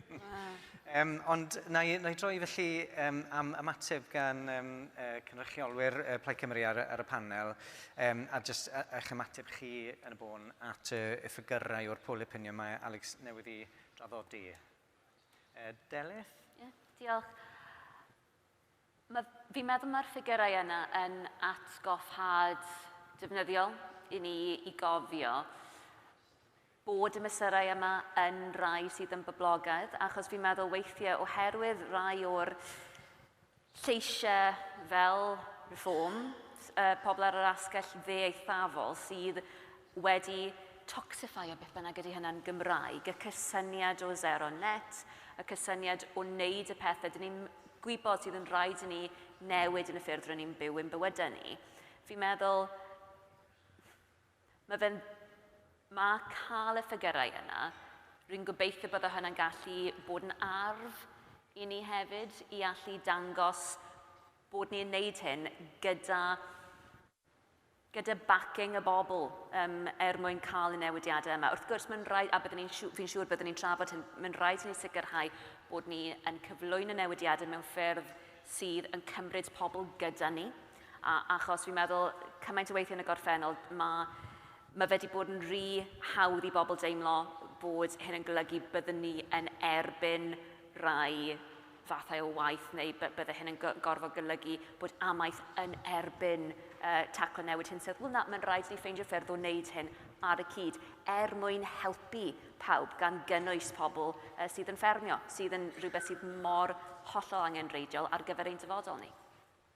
Diolch, Delyth. Un o'r pethau nath Alex crybwyll oedd bod mae holl barn i bob pwrpas rhwng y bloc yma ar y chwith, y rhai sy'n cefnogi Plaid Cymru a y Blaid Lafur sydd i bob pwrpas yn gefnogol iawn i'r mesurau mae Alex wedi trafod. A wedyn cefnogwyr wedi cydwadol a reform sydd mewn rhai achosion yn elyniaethus at yr un mesurau yna. Oes yna rhywbeth fyna nerys fydde o ddiddordeb i'r blaid wrth i'r blaid lliwio manifesto? Bendant, a diolch yn fawr i chi am wneud y gwaith polo. Fi'n credu mae mwy o wybodaeth sydd gyda ni o beth mae'r cyhoedd yn meddwl yn rili bwerus, a ni ddim yn cael digon o'r data yma yng Nghymru yn enwedig wrth i ni edrych ar llunio polisi. Mae'n balans wrth gwrs ynglyn â arwen ac gwrando, ond fel plaid gwleidyddol ni eisiau arwen wrth gwrs o ran y dadl gyhoeddus, ond mae'n dda o beth i weld bod yn cefnogwyr ni, bobl sy'n meddwl pleidleisio i ni hefyd ar yr un agenda ac yn cefnogi'r un blaenoriaethau ni. I think on your point there, Gareth, about the split between kind of the progressive parties versus the right, I think, gone are the days that these issues are depoliticized. And it's not just this issue, there's so many other policy areas that we thought weren't political issues. There was cross-party support, for net zero, for the language, there's so many other things. Gone are those days, these are now political issues that we cannot take for granted. So I think we need to ensure that's part of our rhetoric and our policy discussion. Top line stuff, the party needs to be focusing more on restoring nature and on measures on climate change. And you know, that's where we as a party, that's exactly where our supporters are, which is good to hear. In terms of what it means for us as a party, you know, we've got a long tradition and long, you know, proud tradition of being a party that embraces measures on climate change and net zero. You know, Cynnog, the first Green MP wasn't Caroline Lucas, it was Cynnog in '92, as many in the audience were probably out campaigning with them at the time. So, you know, that history, that shared passion is there, and we've got to make sure we continue that. We saw some really progressive policies that Plaid Cymru put forward as, you know, a cooperation deal in terms of looking at routes to net zero by 2035, looking at any Cymru. So very hopeful for next year that we continue with embedding some of these really important and radical policies on climate change and net zero. And, you know, it's not just in isolation. I think one of the frustrations that many have is that it's seen in isolation, that it's just something for one government department, but we're quite clear, and the evidence suggests, of course, it needs to be embedded across government, and hoping that we can see that shift next year when you're the Minister, Delyn. Shay, we've seen this really strong support across the whole of the public for many of the measures that we're calling for in the manifesto. But there's this term that psephologists get really excited about called salience. And we know that at the moment, for a large proportion of the population, the salient issues are things like cost of living, economy, in some cases immigration and so on, and that environment and nature doesn't necessarily feature in the top of those issues that are salient then when people are looking at their voting intentions. What are your thoughts on that, and how the debate around the importance of nature and environment can cut through and be more salient for the voting population? I think it's a good flag. I think what we're seeing in our polling, and you know, I was chatting to Arvon, looking at RSPB polling earlier, is that it's no denying the Welsh public love nature.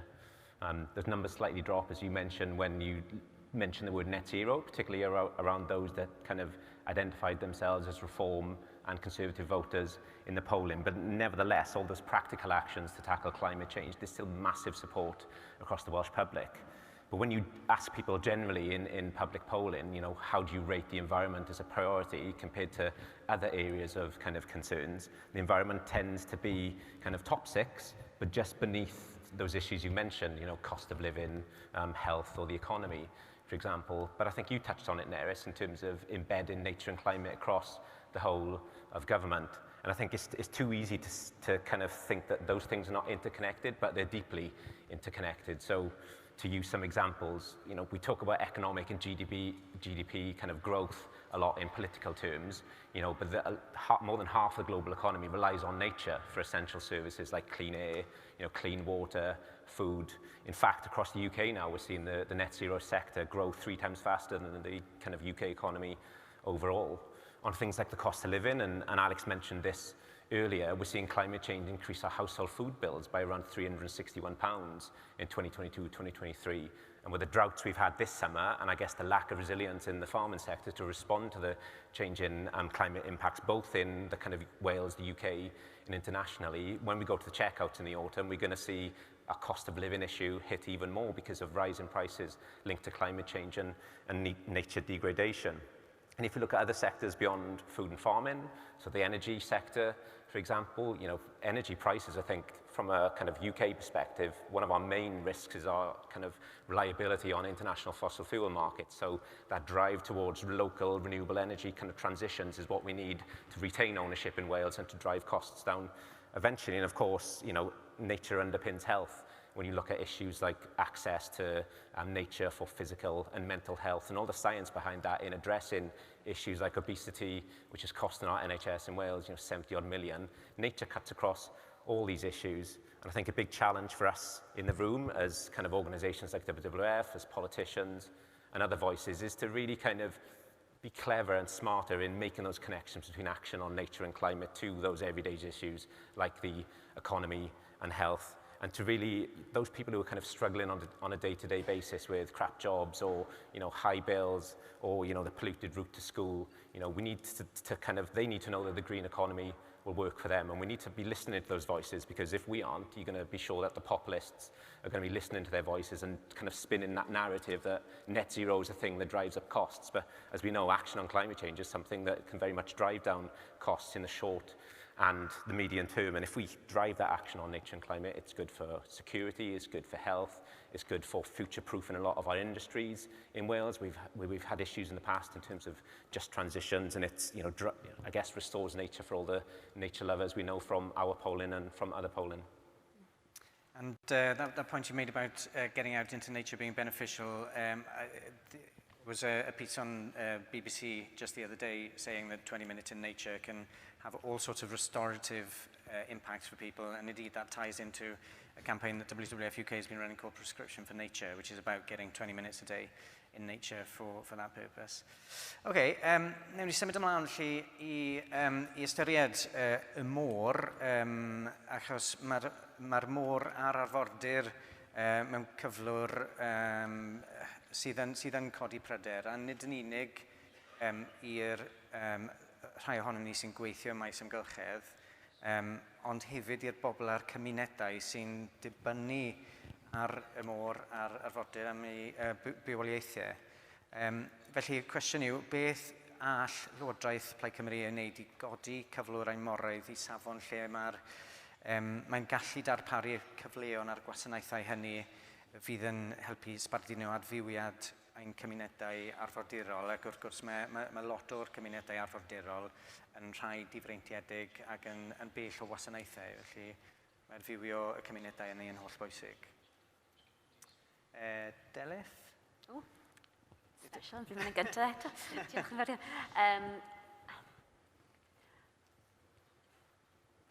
Mae'r pwynt olaf fyddwch chi'n neud fyna, mae hynny'n rhywbeth eithriadol o bwysig, y ffaith fod nifer o'r ardaloedd sydd ar bwys yr arfordir, nhw wedi ymysg y rai sydd fwy agored i'r risgau newid hinsawdd, coastal erosion, pethau fel yna. Felly mae'n rhaid i ni wneud yn siŵr fod beth sy'n digwydd fan hyn, mae fe'n mynd i eglurhau bobl fel mae fe'n mynd i wella ansawdd bywydau nhw hefyd. I mean, in terms of what we can do to improve the ecosystems of our seas, I think too often, Shay and I have been talking about this, too often that even though it is something which literally encompasses our land, there isn't enough focus that's always given to our seas. And there's some really exciting things that can happen. I know that WWF have spoken about planting seagrass meadows as planting hope, and I think that's such a wonderful image because, oh gosh, I'm trying to think, right, do I remember the figures? No, I don't, so I'm going to read them to you. Seagrass captures carbon 35 times more quickly than tropical rainforests. So that's why it's described as planting hope. But there are so many practices that can hinder that. Bottom trawling, I mean, a lot of this is stuff which the UK government is in control of, but obviously we would need to be putting pressure on the UK government. It's to do with trade and fishing rights and all sorts of things like this. But they are practical things. I mean, restoration of seagrass meadows is just one of the most vital things that we have to do. It's something which I think does have a lot of support when people know about it, but I think that's one of the challenges we have to overcome is the fact that people, because you literally can't see what is happening under the sea always, that people think out of sight, out of mind. Well, let's educate people about that. Let's get people excited about the potential here because it is a really wonderful, great story to be telling people. And I think that the more people know about that, the more people will feel hopeful. And goodness me, we need stories of hope right now. Diolch. Anne, oes fel rhywun sydd yn y gorffennol wedi cynrychioli yn y Senedd ardal gyda arfordir ac yn gobeithio cynrychioli o fis mai nesaf ymlaen yn yr un modd. Beth yw gobeithio'n chi o ran yr adfer y moroedd?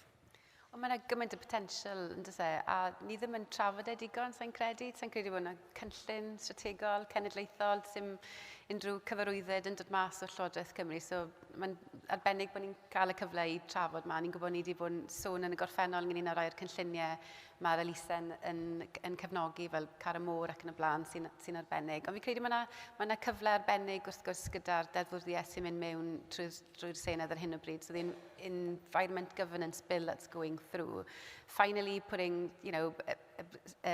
piece of legislation going through the Senedd that will put targets in place, obviously targets to be determined, on water pollution, on water quality. And that needs to be backed up and needs to be resourced because the current system is just not good enough. There's too many incidents of water pollution. We've heard so many people from the lectern over the last 2 days talking about water pollution and the issues with our water systems.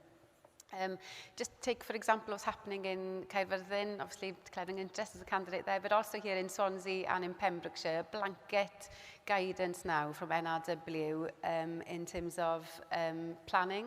So even applications who have gained planning consent have been paused in those 3 local authorities because of blanket guidance on nitrates. We all know the issues with phosphates. But there's no discussion about mitigation factors, no discussion about actually analysing in different areas.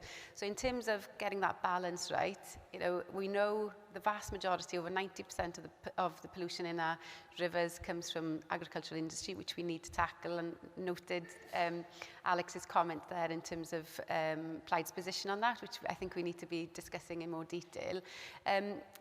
That's stopped any industry, stopped social housing being built in these 3 local authorities, have a massive impact because NRW doesn't have the capacity, the knowledge, the understanding of how to look at mitigation factors. Really important that we take these issues seriously in terms of nitrates, but it's disproportionate, I think, in terms of the impact on development, on housing, on industry and jobs. So I think we really do need to look through the lens of the Environment Governance Bill of how we can absolutely radically overhaul the systems to get the clean waters and seas that we need in order to support the new industries. And also kind of looking at government support and intervention for these new niche industries. Why can't we lead the way in Wales here? But, there is no coordinated approach to it. And I think, that's something certainly that we should be looking at. Diolch.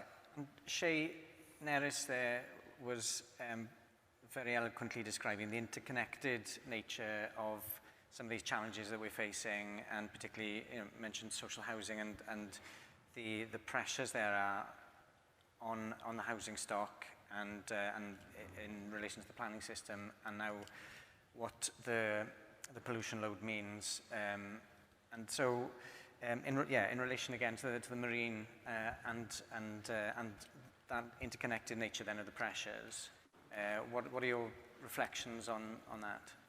Well, I think from a starting point, we saw some Natural Resource Wales assessments, which I think you're referring to in terms of marine protected area assessments a couple of months back, which showed, I guess, the extent of the reasons why we've got failures in our protected areas. And I don't think it was a surprise to many, but it was a surprise to some that all these issues are so interconnected in terms of the pollution we're seeing running off our land into our rivers and into our seas, and having a massive impact on so many sectors across different parts of the economy, whether that's house building, whether that's recreation businesses, tourism businesses, access to safe drinking water supplies, costs to consumers. It's just a knock-on impact throughout, and obviously it's having a massive impact on our marine environment. Back to your original question, and I think the frustration from our end, politically, I guess, in the marine space is when you look at Wales as a whole and our kind of the area of the sea that we own out to 12 nautical miles, when you count that in Wales's land area, it's roughly 43%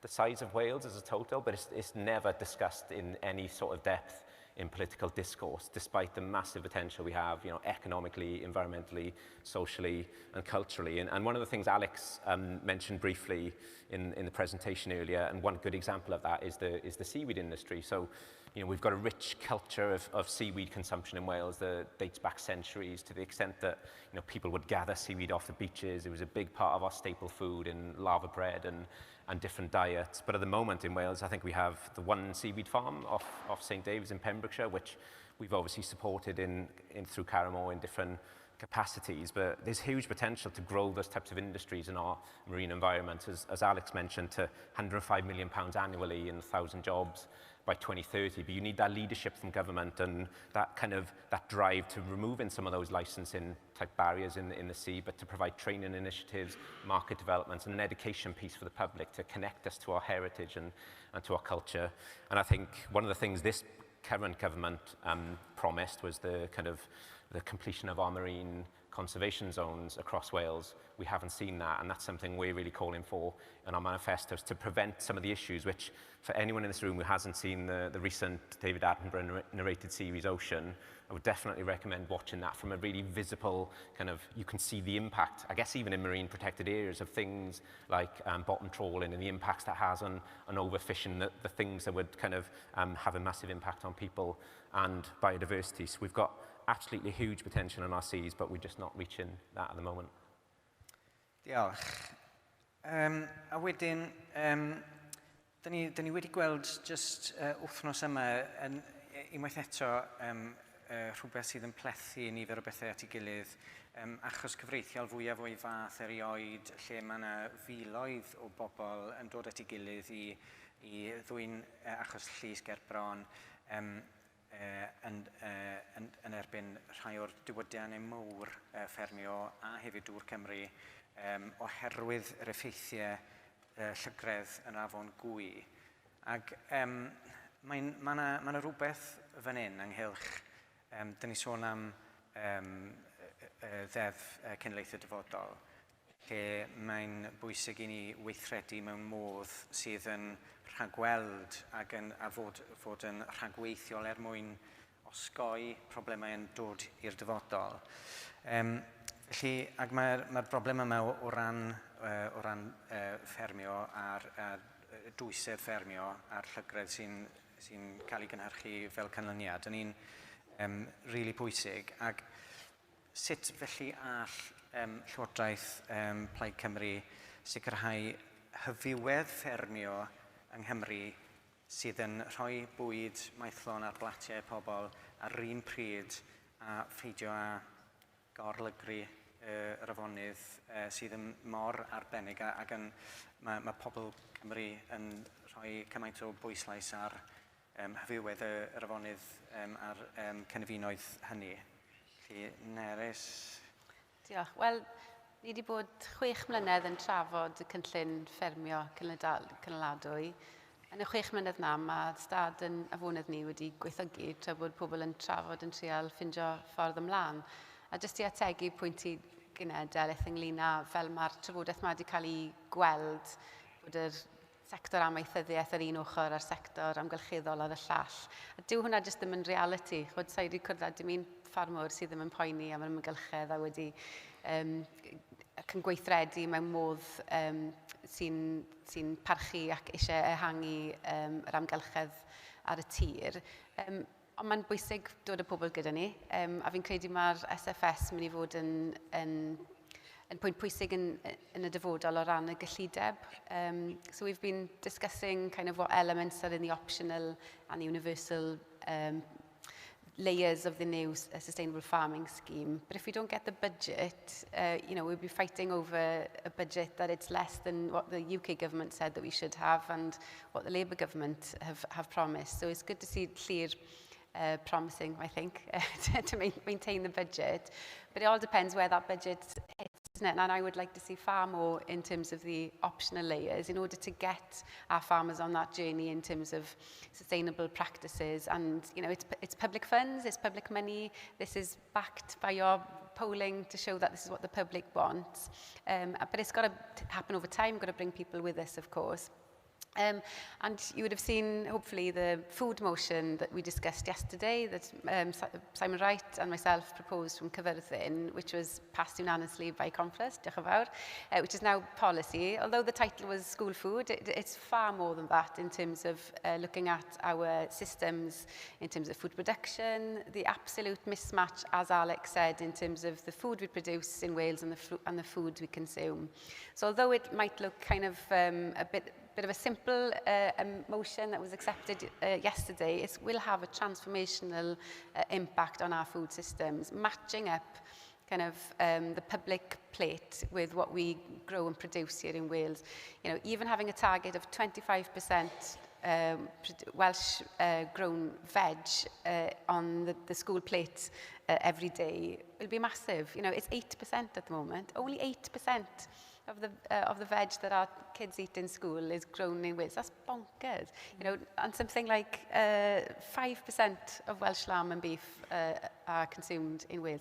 So the motion yesterday, which fully hope to see it word by word in the Plaid manifesto, will have, you know, Welsh lamb and beef on the menu of every school every week. Now that would be transformational in terms of matching up local markets for our from farmers and our growers to be able to produce the food that we want to consume. So it's making sure that we look at it in the round, as we've said, you know, in terms of the answer to all these questions. It's not just one thing in a silo.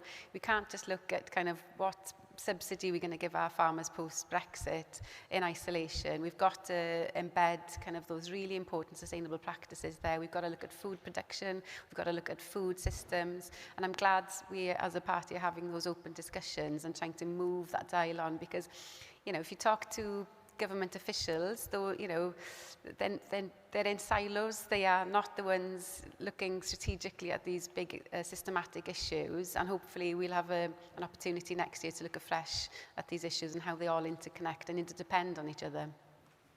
Diolch, and that point you make about the paucity of Welsh produce, vegetable produce, I think I'm right in saying that of your 5 a day fruit and veg, a fifth of one of those 5 a day is Welsh produced that finds its way into our diet. So, and partly because the proportion of land that is used to grow vegetable is very small. So you could potentially ramp that up quite substantially over a relatively short period of time and have that impact of boosting the Welsh produced veg that could be part of all of our diets.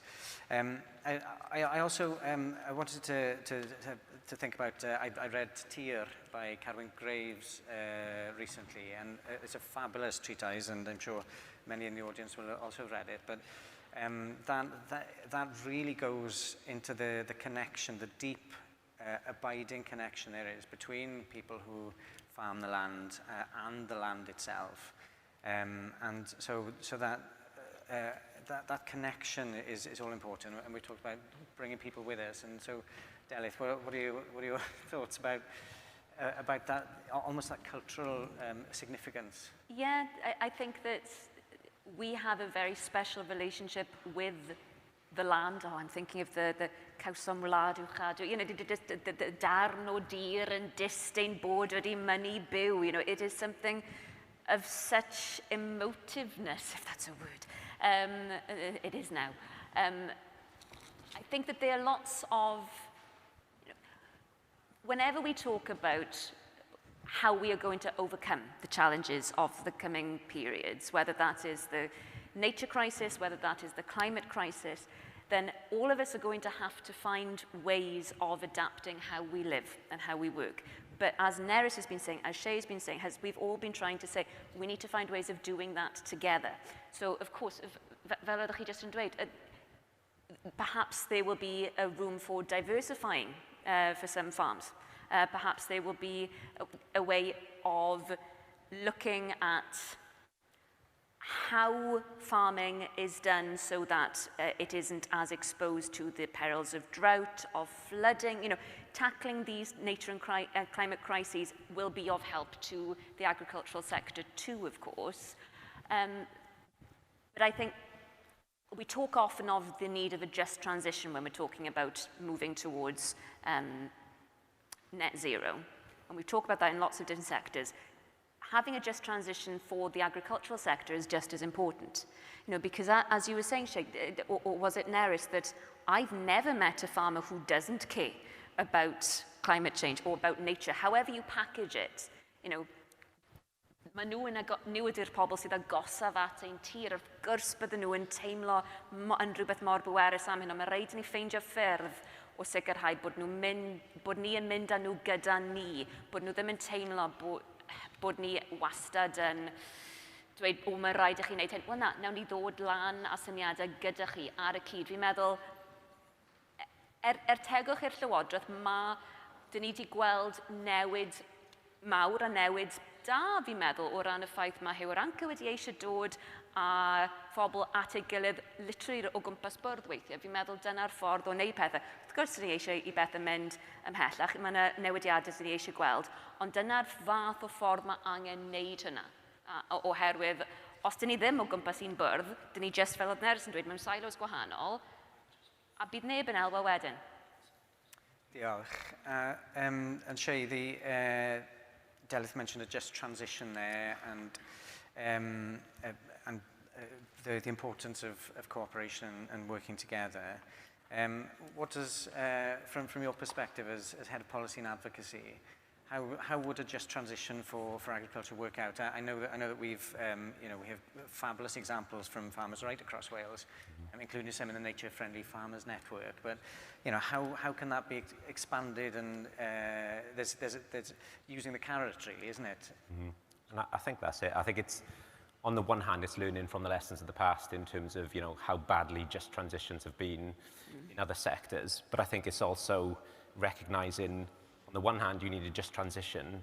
At the same time, things are changing so dramatically, particularly from a kind of climate change perspective. It's recognising the scale of the challenge and the pace in which we need to work. So I think there's elements to that in terms of, as you say, there's a lot of nature-friendly farmers already out there showing that you can build resilience to climate change. You can farm in a way which better kind of embeds nature in your practices, and farming in that way can deliver kind of environmental resilience as well as economic resilience. So I think it's about spreading some of that good practice on the one hand. I think it's around, I guess from a climate solutions perspective, we know that over 80% of land is used for agriculture and for farming in Wales. So, the agriculture sector is one of our main, or the main solution, I think, to addressing many of our kind of climate change impacts, because we're seeing more droughts, more floods, more impacts across communities, and I guess more lived experience across the Welsh communities in terms of their impacts of issues like flooding.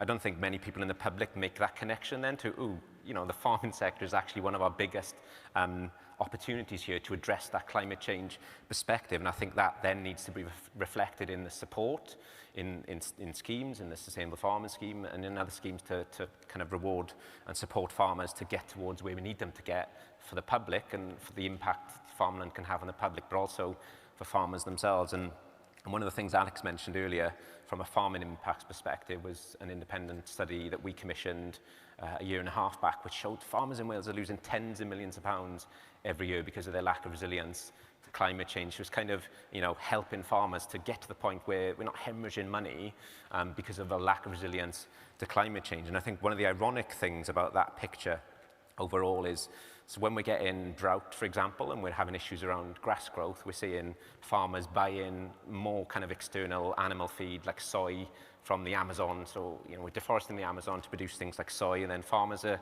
importing that into Wales to feed their livestock because of the impacts of climate change in Wales. But that deforestation is driving more climate change, and it's more costly for farmers in buying all those external inputs. We're in this kind of really vicious cycle, I guess, and there was a study, I think, of 300 farmers in the UK 2 weeks back, which I think 55% of the farmers responded to say, in their view now, climate change is the biggest risk we have to food security in the UK. And I think 80% of farmers were worried about their ability and their next generation's ability to kind of farm in a way in such a kind of drastic change in the climate. So yes, we need a just transition, but we also need to move quickly and reflect the scale of the challenge. And I think, as Delith and Nerys were saying, one of our key asks from a WWF perspective is recognising the universal layer of the Sustainable Farming Scheme at the moment doesn't cut it in terms of building climate resilience, getting us to a path where we're halting and starting to reverse nature loss up to 2030. We need to be rapidly moving into those optional and collaborative layers of the scheme and looking at all that good practice that exists in Wales. And I think one of my main challenges, back to Plaid today would certainly be, Plaid with a party that really pushed the call for a kind of nature crisis in government, in the Senedd. It was a couple of years back now, wasn't it? I forget the date. It was 2021, actually. We led the debate. Yeah, and Arfon would call me out on not knowing the exact date. Given that was something Plaid really called for, how do you, with the potential of changes in the Senedd next year, how do you kind of walk the talk, I guess, in making that a reality? Well, we have a few minutes left, so that might be enough for some thoughts then on the question that Shay has posed about the nature crisis. And we know that one in six species is facing a really grim future, possibly extinction from Wales. Wales, one of the most nature depleted countries, and the Natural History Museum has done this as a global assessment, and Wales does really poorly on that assessment in terms of the intactness of our biodiversity. So, and as we've seen, the people of Wales really cherish that nature and that biodiversity. So, if you have a few quick thoughts, Delyth. Yeah, diolch am hynna. So is it in the Cold War since then that there's been a doomsday clock that's been ticking down the minutes to midnight, or the seconds even to midnight, and that used to be about the threat of nuclear catastrophe.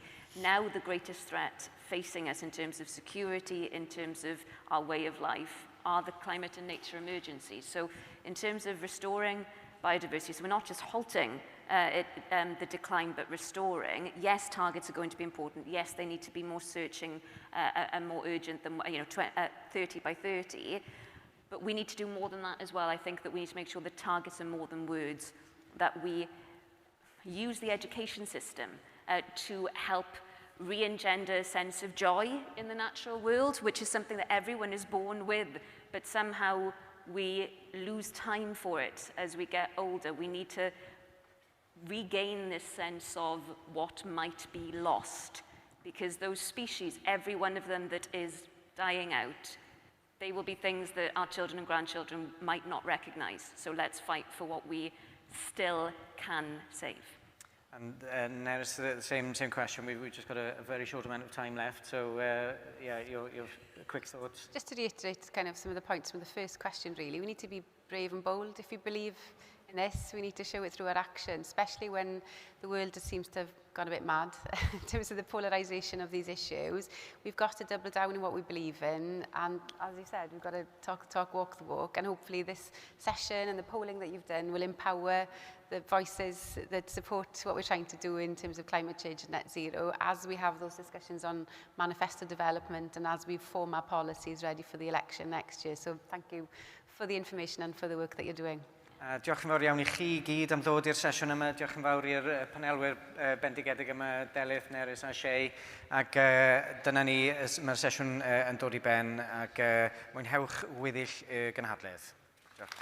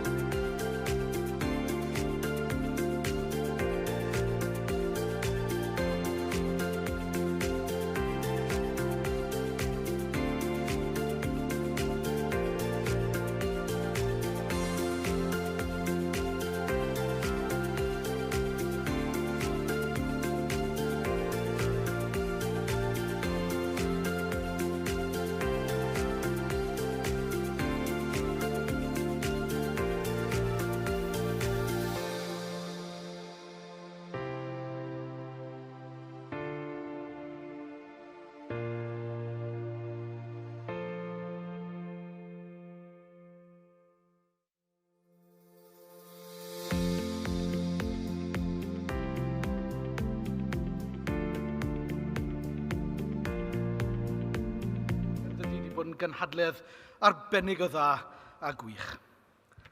Wel, 2 wythnos yn ôl, fe wnes I adael fy swyddfa yn Nhŷ Hywel, ger y Senedd, a gwneud fy ffordd I lawr I brif neuadd y Senedddy.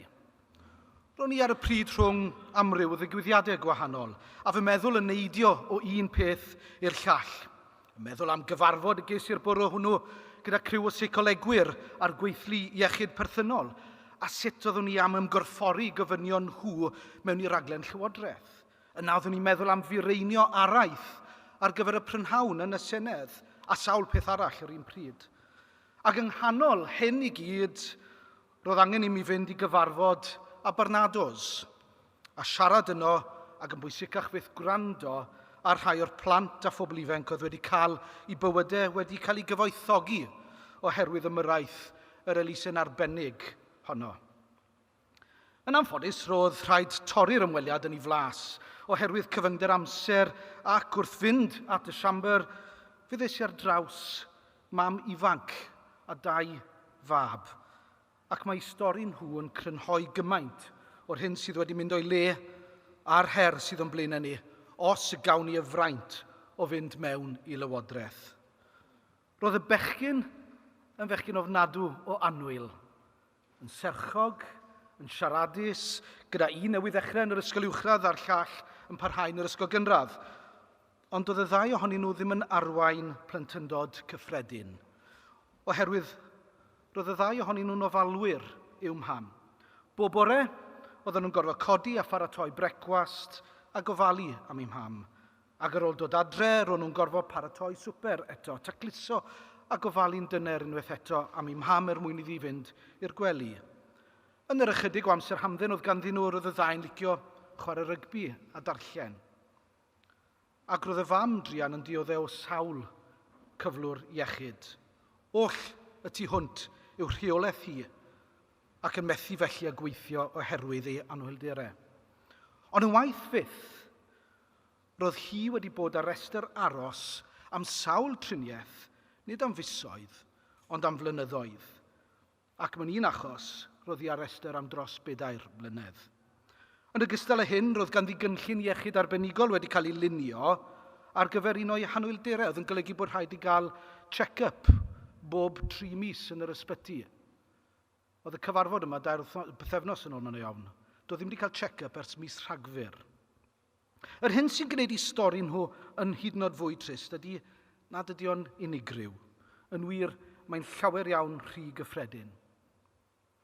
These boys were doing extraordinary work, driven by love and a sense of duty and compassion.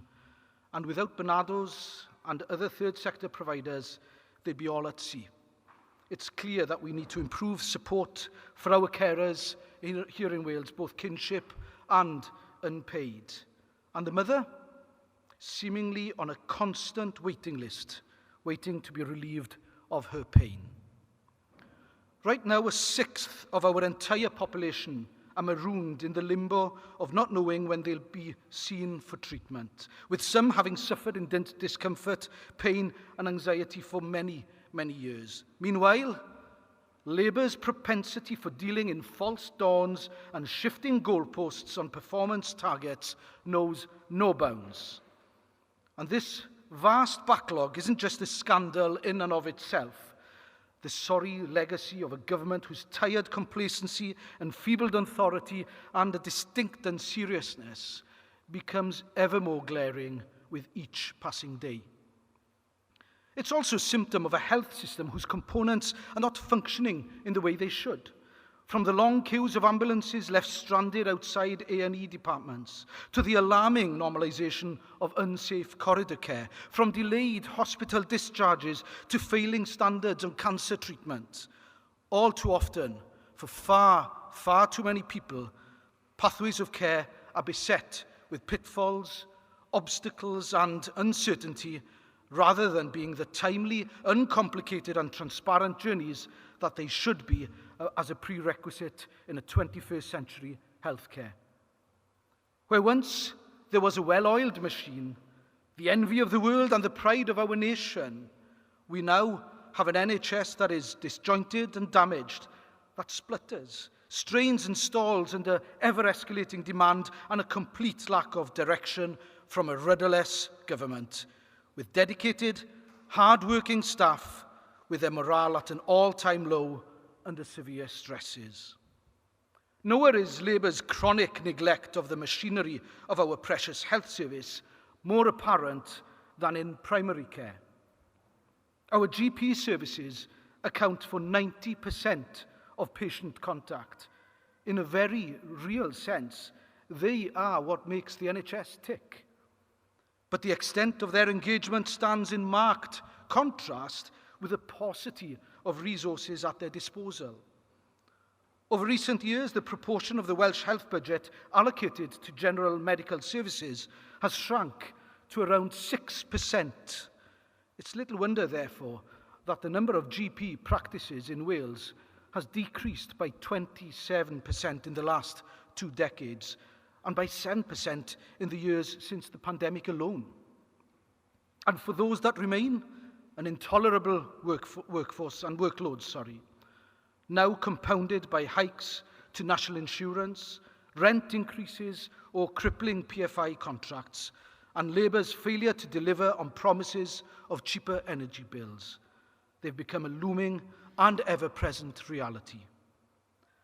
The inevitable consequence is that this first line of defence in the NHS is being overwhelmed, with systematic early intervention becoming increasingly elusive and the misalignment of referrals further clogging an already congested system. Conference, make no mistake, this indispensable arm of the health service is being stretched to breaking point.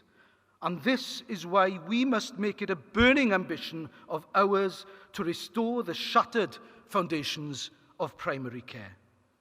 This will necessarily require a long-term process of renewal, straddling multiple Senedd terms.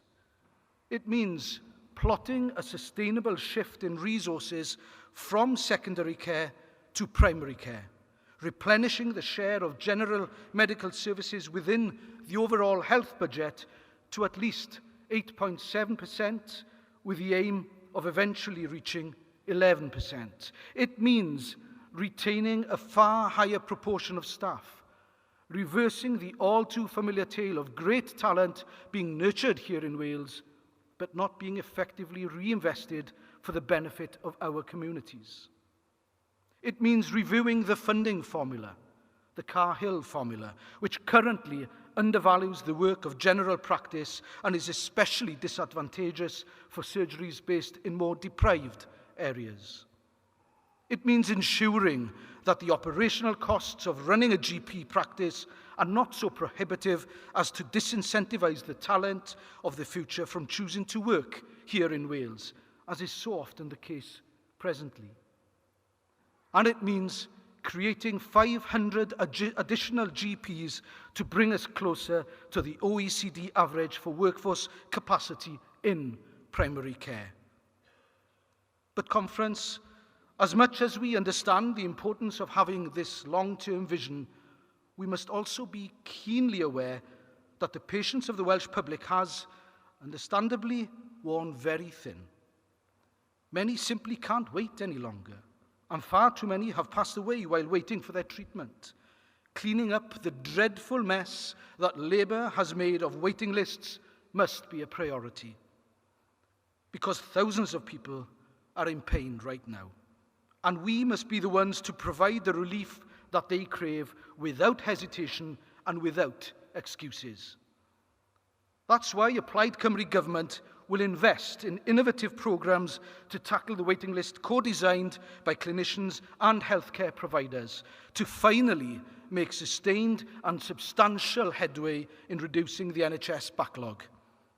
It will consist of bespoke funding to establish 6 new elective care hubs across Wales, which will deliver an industrial-scale approach to high-volume, low-complexity treatment and become centres of excellence for long undervalued specialisms such as ophthalmology. It will also include further resourcing to enhance bed capacity, directly addressing the shameful preponderance of corridor care, which has seen countless patients suffer the indignity and the danger of receiving treatment in inappropriate settings, such as chairs, the back of ambulances, or even on floors. And unlike Labour, we recognise that primary care must play an active role in the solution, rather than being sidelined as a result of blinkered firefighting exercises that have become emblematic of this government's fiscal profligacy and strategic incoherence. This is why a Plaid Cymru government, as a first step in a long-term process of renewal in primary care, will provide funding to support the further rollout of telemedicine services for GP practices and the services provided from many health centres, such as podiatry and other therapists, thereby easing administrative burdens for practices and re-energising that vital relationship with their patients.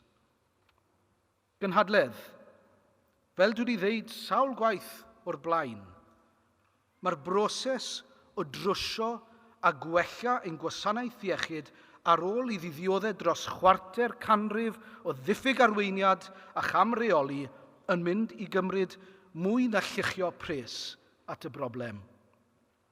Mae'r ffaith fod y Llywodraeth lafur yma wedi gwario 1.5 biliwn o bunnoedd mwyn trio mynd i'r afel ar rhestrau aros dros y 4 mlynedd ddiwethaf yn unig, a'r rhestrau aros yna wedi cynyddu o 200,000 yn dangos nad pres ydy'r unig ddatrysiad. Ond beth sydd hefyd yn berffaith amlwg ydy na ellir dadcysylltu yr her anferthol o ail-adeiladu ein sector gofal cynradd oddi wrth yr her argyfyngus o drio mynd i'r afel ar rhestrau aros hirfaith. Mae'r ddau beth ynghlwm ei gilydd. Does gen I ddim amheuaeth. Mae'r rhan allweddol o'r datrysiad ydy grymuso ein meddygon teulu a'r gweithlu yn ein meddygfeydd fel y rheng flaen, nid yn unig wrth adnabod clefydau, ond wrth atal pobl rhag mynd yn sâl yn y lle cyntaf. Yr hyra y mae'n rhaid I bobl aros am driniaeth, y mwyaf tebygol maen nhw am droi eu cefn ar ein gwasanaeth iechyd genedlaethol a chwilio am ddatrysiad preifat, neu yn achos y mwyafrif difreintiedig yn gorfod byw mewn poen neu ffindio ffordd I hunain o drin y clefyd a cholli pob urddas yn y broses. Dyna beth fydd gwaddol Llafur Cymru wrth iddyn nhw gamu lawr o'r 5 llawr yn Nhŷ Hywel y flwyddyn nesaf. Plaid a Neirin Bevan yng Nghymru wedi agor y drws I gwmnïau preifat elwa ar ddioddefaint rhai o bobl tlotaf a mwyaf difreintiedig Gogledd Ewrop, gan dan seilio ein gwasanaeth iechyd a galluogi pleidiau gwleidyddol eraill sydd gyda agenda tywych a pheryglus I ddadlau dros ddatgymalu ein gwasanaeth iechyd. Gynhadledd, dim ond ychydig fusoedd sydd I fynd tan ein hetholiad cyffredinol nesaf. Etholiad fydd yn ail ddiffinio ein gwasanaeth iechyd a'n cenedl. Etholiad fydd yn gosod y cywair am genhedlaeth gyfan ac i'r cannoedd o filoedd o bobl sydd ar restru aros yn aniall yr etholiad yna ddod yn ddigon buan. Mi all pobl bleidleisio dros Blaid Cymru yn gwbl hyderus y bydd yma wasanaeth iechyd fydd yn parhau am ddim yno yn ystod eu horiau mwyaf anghennus ac yno i'w helpu I fyw yn iach. Oherwydd, o dan Blaid Cymru gall pobl ddisgwyl byw yn hyrach ac byw yn iachach, gan dderbyn y gofal maen nhw ei angen pam mae ei angen arnyn nhw, gyda gwasanaeth iechyd fydd yn byw I fyny i'w delfrydau gwreiddiol, sef atal, adnabod a thrin. Dyna ydy'r dyfodol o dan Blaid Cymru, dyna'n gweledigaeth, a dyna y bydd Plaid Cymru yn ei gyflawni. Diolch yn fawr iawn.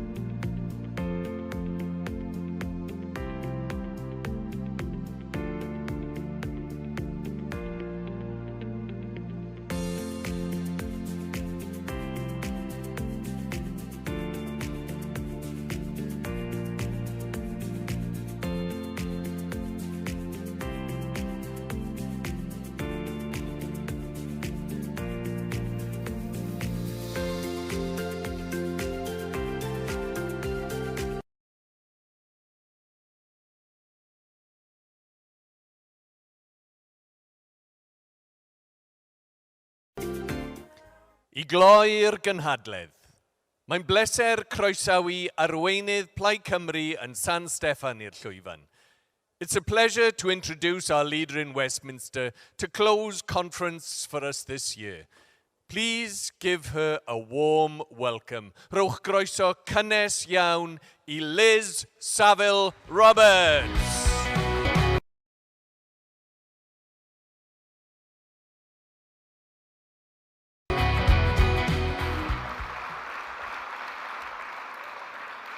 Iawn, diolch yn fawr iawn, cynhadledd, a dwi yn falch mod i'n gallu eich gweld chi.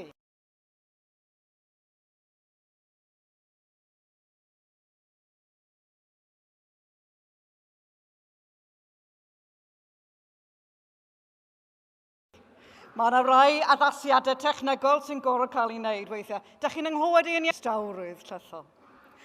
Wel, gyda I mae'r fraint o gau y cynhadledd, a dwi am ddechrau trwy ddiolch I chi gyd aelodau, ffrindiau. Pob un sy'n gwneud y gwaith caib a raw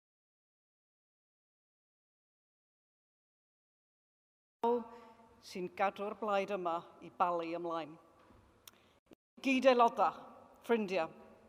Pob un sy'n gwneud y gwaith caib a raw sy'n gadw'r blaid yma I balu ymlaen. I bob un ohonoch chi sy'n nocio drysau a ran yn plaid, gwneud y galwadau ffôn, plygu a ffostio taflenni, chi ydy plaid, chi sy'n neud y blaid yma, chi ydy calon y blaid yma. Ac wrth gwrs, gadewch I mi ddeud hyn yn glir o'r hyn sy'n amlwg. Hebyddwch chi, dos na ddim ffasiwn peth a Plaid Cymru. Hebyddwch chi, dos dim gobaith am y newid a mae Cymru mor dair I hangen. Felly, diolch o galon I chi oll. A diolch hefyd I staff y blaid am eich gwaith di-ddiwedd wrth drefnu'r cynhadledd arbennig yma sydd wedi bod y fwy bywiog ers blynyddoedd. A mae yna, ond oes, mae yna rhywbeth mawr ar ddigwydd yng Nghymru. A heb staff, heb actifyddion, heb gwirfoddolwyr, ymgyrchwyr y blaid, so hwnna yn syml ddim yn bosib. Diolch hefyd I staff neuadd Brangwyn yma yn Abertawe am edrych ar yn holel ni mor dda am y ddau ddiwrnod diwetha. A da ni wedi bod yn dod at yn gilydd yn neuadd o didog hon o dan lliwiau'r alunydd Frank Brangwyn.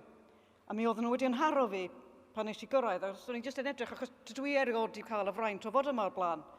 Ac o'n i'n edrych a be di y lluniau yma, achos maen nhw'n draw I awr. Do'n i ddim yn gweld nhw gyd, achos mae rai tu nôl y sgrin a'r llwyfan. Ond, a dwi'n meddwl bod hyn yn ddiddorol, dyma'r British Empire Panels. A gafon nhw I comisiynu, wrth gwrs, I ddathlu ffyniant a grym yr hanterth. Oedden nhw I fod I fynd I dir arglwyddi, ond gaddon nhw I gwrthod, os oedden nhw rhy lliwgar. Sy'n ddiddorol. Ond, tu allan ddoe, a dwi'n gobeithio bod chi wedi cael cyfle I weld y rain,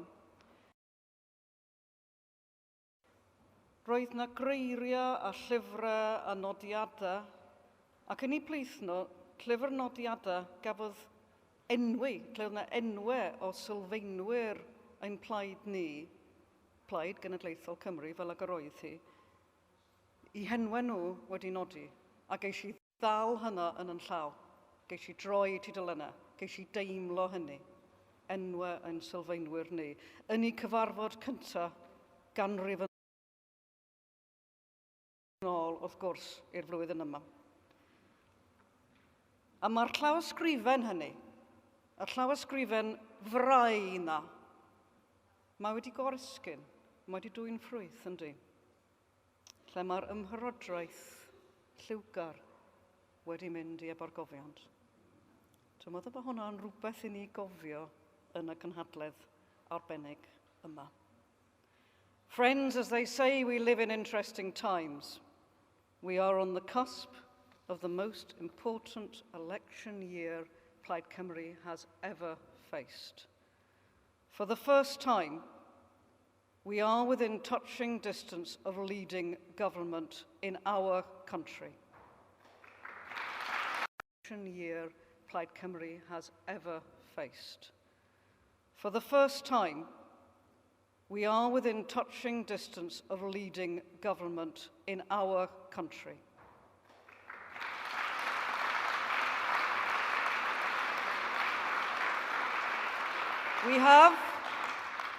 We have a real chance to elect Rhyn ap Iorwerth as First Minister, a Plaid Cymru First Minister who will make it his mission to build a prosperous economy and a thriving Wales, unfettered by the loyalty that are the priorities of the Westminster parties, a government that puts people first.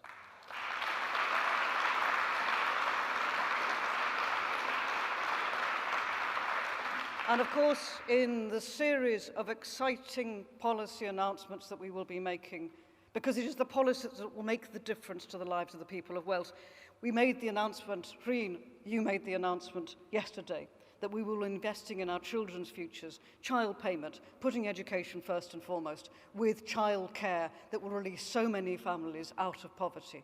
An excellent, exciting, practical policy. Conference, I suspect you all know me quite well by now because I've been speaking to you at conferences like this for over a decade. But for any of the newcomers, and partly because I've got the lectern now, I thought I'd like to remind people of my journey. I am a loud southeast London girl, born and raised on the other side of Offa's Dyke. No Welsh family connection, no breeding or pedigree that gives me the right to be an MP for Plaid Cymru in and of itself. But as a young woman, I came to Aberystwyth to study, and I found something extraordinary. I found a language that changed my life. I found a place where I belong. I found a community and communities that have welcomed me with open arms. I even found a patient husband. Dewi Wyn from Blaenau Ffestiniog. Diolch yn fawr iawn am yr holl amynydd dros y blynyddoedd. And he deserves that, he deserves that. There are times we need that.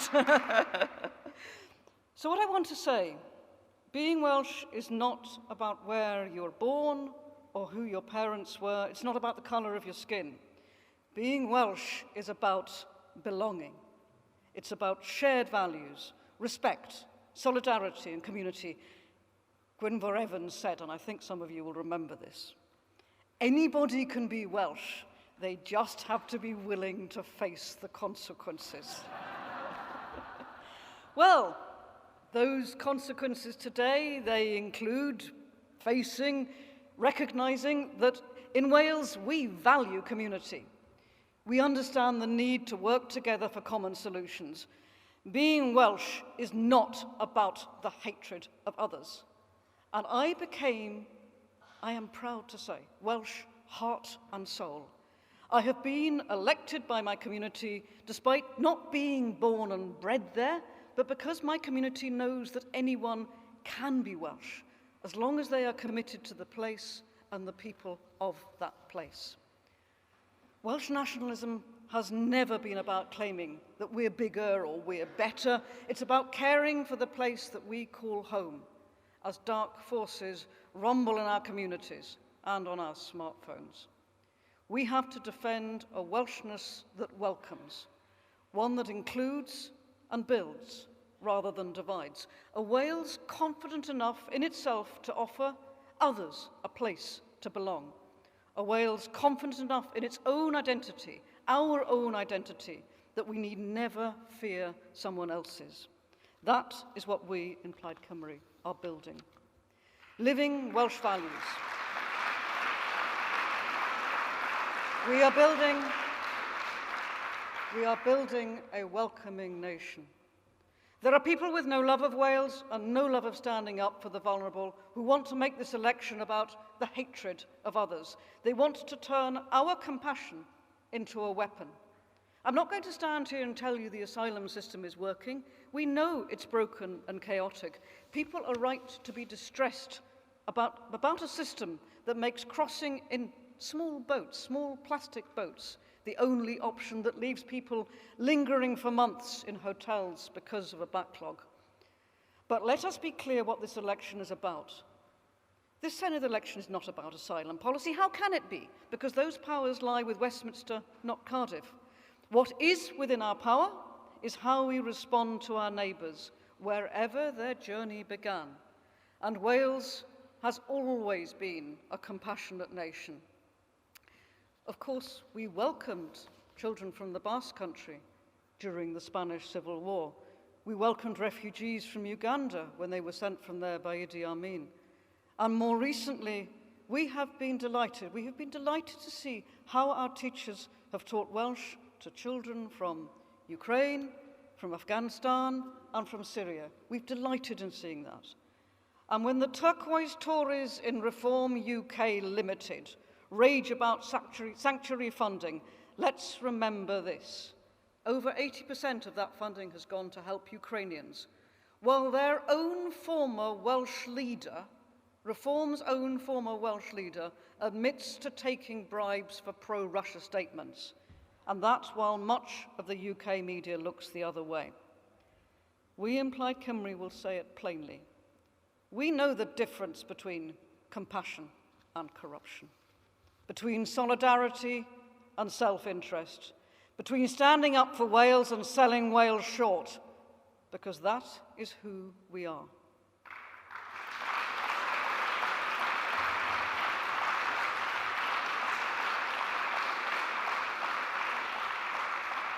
We are a nation confident enough in our identity to offer kindness to others, a nation secure enough in our patriotism to show humanity in the face of hate, where we don't scrutinize those in need but reach out our hand. That is our strength. That is gladgarwch, a way better word than patriotism, a way better word than patriotism. And that is the Wales Plaid Cymru holds as a treasure. That is the world, the Wales that means so much to us, that we treasure. And conference, we are swimming against a global tide that drags us away from democracy. Unless we hold back that tide here where we can, we will be overwhelmed by a MAGA Welsh government, its agenda moulded by donors linked to tax havens, fossil fuel interests and climate science denial even.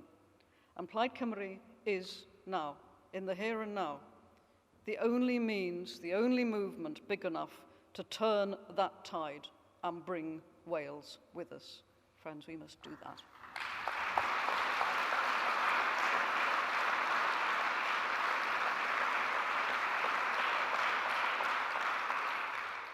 These grand words, patriotism, nationalism, devolution, these are words that mean little to many people in Wales. Too many people are in poverty, unable to put good food before their children, dreading every next energy bill. Why should they even begin to care about the branding of the party running the government? Yet in the middle of that hardship and disillusionment, there are people who remind us what politics can be, who prove that public service still matters. And I hope he's in the room, and I think he is here, but one of those people is our Lindsay Whittle.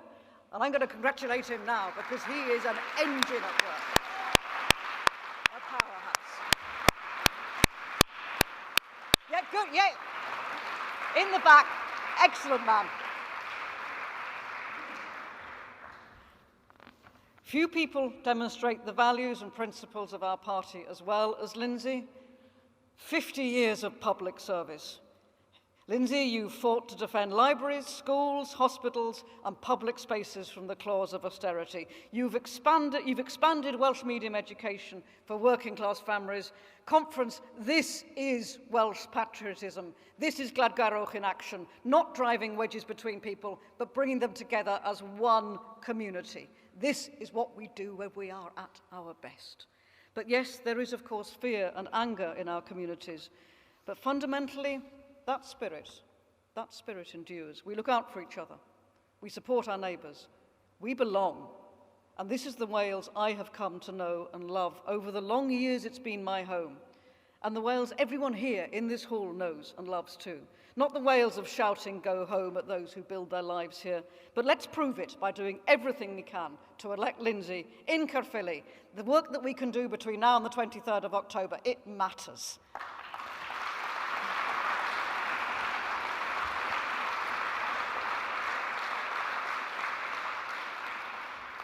Now, just to talk about your MPs in London, our values don't stop at the train station. When we go to London next Monday morning, sad to say, we will carry those values with us to Westminster and we will make them count for Wales. We've exposed Westminster's double standards.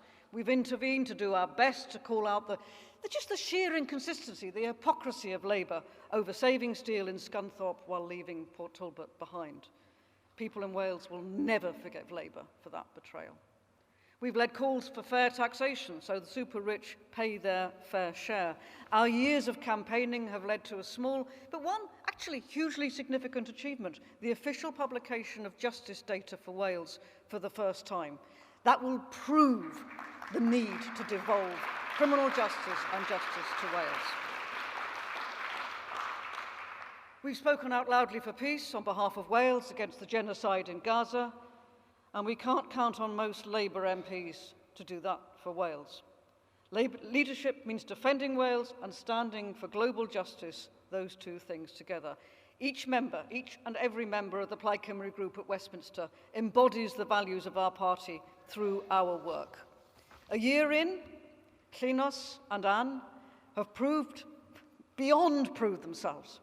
The stats prove that they are the most active new Welsh MPs elected in 2024. Not bad. Don't let them in the room, Gab. Don't let them in the room.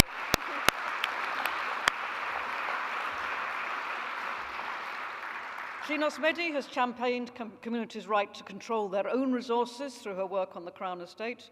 She's been building the case for giving Wales the same powers as Scotland, and she's given credibility to that campaign, which is now, of course, backed by all 22 local councils in Wales. But even now, hey, our overlords in the Wales office think they know best, and they refuse to listen to everyone, all those representatives of Wales democracy. Compassion runs through the core of Anne's work. She has led opposition to the UK's cruel welfare policies, warning that cuts to universal credit and PIP will punish struggling families, as we know they do. She has campaigned against the two-child benefit cap, which condemns over 300,000 children to poverty.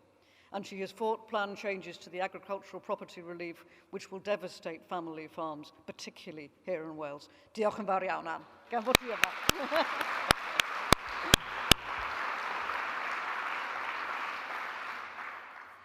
And Ben Lake's work, Ben, who of course has become a new father, which is wonderful. Behind the scenes, he has ensured that Plaid secured, for the very first time, 3 seats on the Welsh Affairs Select Committee, with Ben at the forefront. He's led debates in Westminster to secure justice for his constituents. He has wronged miscarriages. He's worked to help people who have been wronged by miscarriages of justice. He has held the UK government to account, scrutinising budgets at home and challenging the Foreign Office's stance on Gaza abroad, including, of course, pressing for recognition of a Palestinian state. In the Lords, Carmen and David have been standing up for justice. Carmen has championed coal tip safety and campaigned against online sexual abuse. She opposed cynical attempts to bundle the prescription of Palestine action with unrelated far-right extremist groups defending democratic scrutiny. Her work has been recognised, and she was named as one of 2025's Women in Westminster, the 100.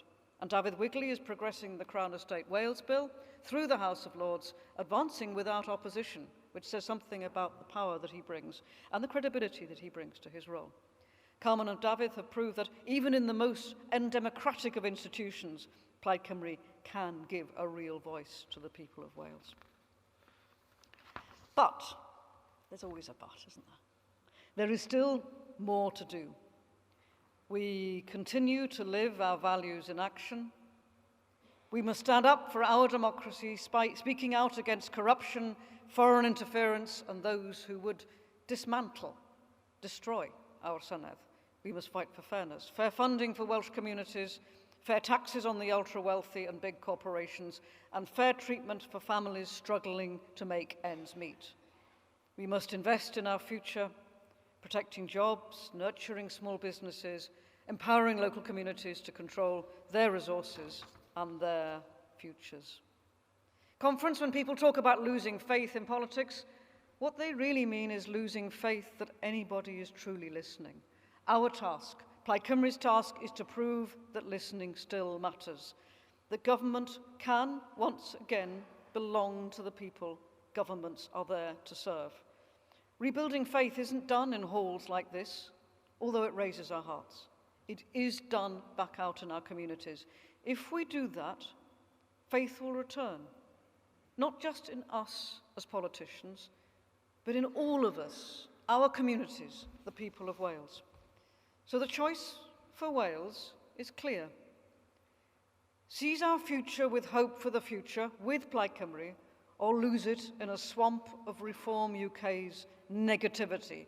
And let us show, Cynhadledd, gadewch yn ei ddangos, let us show in everything we do that putting the people of Wales first is who we are. Diolch o galon i chi o.